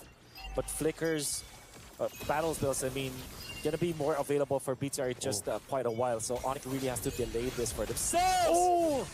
Huge Eternal Guard dropped down and Kyrie goes down too. It's a double for Nile. They knew that Kelra was down to the bottom wave and they set it up, and now in the mid lane, they're going for Kelra. Kelra, he's got stacks, he's got some shields, but he's all against the world. For BTR. Oh my god, Moreno. The problem for Onyx for the longest time, and showing no signs of stopping, my man. And now, look at them knock into the front door. They just want to take this turret out. They're going to be back up here. BTR knows it. They're happy with the base turret for now. They still have the Lord to go ahead and spawn and start marching forward. But man, oh man, what a setup from BTR. Taking a look at the items here, Wolf, you see what they've got available. I mean, even the Brute Force breastplate now for Nile is why it's so difficult to actually burst him down, you know, to kill him down. He's in, and even enough to kind of work around that is just, how does Onyx play the long game here? The long map is what they're dealing with. And that moment of Kelra being on the bottom side made this happen. Now they're going for the bottom turret. They still got to deal with the Lord here. They're going to go ahead and try to clear out the last cannon minion. Kelra will be able to do that. So they maintain the base bottom turret. Tier 2's all down. Onyx sees BTR knocking at championship point for this one, but they'll clear out the waves and they manage it well as Lord goes down too. Morella's just playing out of his mind in this whole grand final, even in the game that they've lost. Still Moreno playing so well, and this game, he is a problem for Onyx. They just want this base turret, little fake out here. Glorious Pathway drop down, Eternal Guard, they're going for Keyboy, he's quite low, picks up the Immortality. He's gonna be fine, and BTR, they take the discipline route to back off. They got 2 base turrets off that Lord, and now Onyx gets another chance to go ahead and reset and not let that happen again. It's really dicey spot here for Onyx. You know what's one thing that's fortunate for them is that the Lord will spawn onto the short lane, where their short lane is the side that was pushed up, and their long lane, they still kept their turret intact in that in that lane, so they still have a fighting chance. But now we've reached critical mass for BTR. The Fanny has been a problem, and now is a full problem with this Brute Force breastplate, so that there is additional anti-CC that you get. So that means that the small amount of crowd control that they have with the Ruby is definitely not going to be enough anymore. And he is also tankier, so gotta be careful about that, mindful about that. Onyx also does not have a marksman, so at this point in the game, he can only do so much with a Paquito. You will need the help of your teammates, which means that a 5-man wipe coming out from Onyx is difficult to pull off. You really have to slowly trickle down BTR if you want to score that. So everything is just difficult now for Onyx. It's crazy how, again, the story happens. It looks like they're going for a sandwich play to cut off Lootby. He has no stacks. He could be in trouble. Pops the flicker. They're going to go and crash down on him. Eternal Guard again, and Loopy is gone. Without the stacks of Feathered Airstrike, he's going to be stunned by Shogun. Good play. Emon still alive as Kelra gets a shutdown. But again, the stun comes through as Keyboy falls, and now Kelra on the run. He's quite low. A quarter of the health. They're going to chase him down. He has the shields, though, so he's going to be fine. But they got a wave to deal with. Down bot and BTR without Nile, though. I don't think they can get much more, even though they're in the base here, unless Onyx decides to go ahead and go for a defense. They're going to try to make something happen. Glorious Pathway dropped down. Finn goes in. Do they want to lock onto the base here? They're trying to delay this as much as they can. But again, the combos come through. Kelra picks up an Immortality, but he's going to be in trouble and taken down by Emon. And Moreno goes in with a flicker. It's a double for Emon. The setup for the Maestro, a triple. And they're looking to end it here. Can he get the Maniac? They don't even need it. They're going to go for it and then the base. And there you go. Bigatron by Vitality. They want to go for more. They want the Savage, but they don't care. They'll take the championship from Onyx here. denied of a back-to-back championship run. Not only in this tournament, but also in a tournament prior to this. BTR has got Onyx number. The members of BTR are just way better at the game when it's the grand final up against Onyx Indonesia. Again, the champions. Unfortunately for Onyx, they have not been losing up until this point. It was almost a perfect run for them here at the Games of the Future. But when they went up against BTR, the tides have changed. BTR are just on a different planet, on a different playing field. All of the games, Onyx led in the early stages, but eventually BTR were able to pull it back to their side. Man, M-On, E-Man, The-Man, Batman, like whatever you want to call him. I mean, Bigatron by Vitality. They've got the flag there. They've got the championship. They got the trophy in front of them, Wolf. And as a team, I mean, just phenomenal. MLBB, once again, to be able to make this happen. The Maestro and everyone else, Niall, this as a team, they are your Games of the Future 2026 champions. Great run coming out from BTR by the Vitality. We were talking about and hyping up how much Onyx have figured out the meta game where it's a snowball game that you have to win your lanes. And if you get a lot of lead in the early stages, you can win. But BTR, they just smacked us in the face and said that it's different. We know how to win. It's a sustained meta after all. The Rafaela, the Matilda, the Hylos with the Revitalize, they are all a tool to take out the snowball metagame where you're always just killing people left and right with an immense amount of damage from assassins. In the end, the masters of poking BTR were able to win it against the burst of Onyx Indonesia. And what a championship it has been, I see. Let's go ahead. Thank you so much for joining me and Wolf here. We're going to be going to the panel after the break here, but congratulations to Bigatron by Vitality.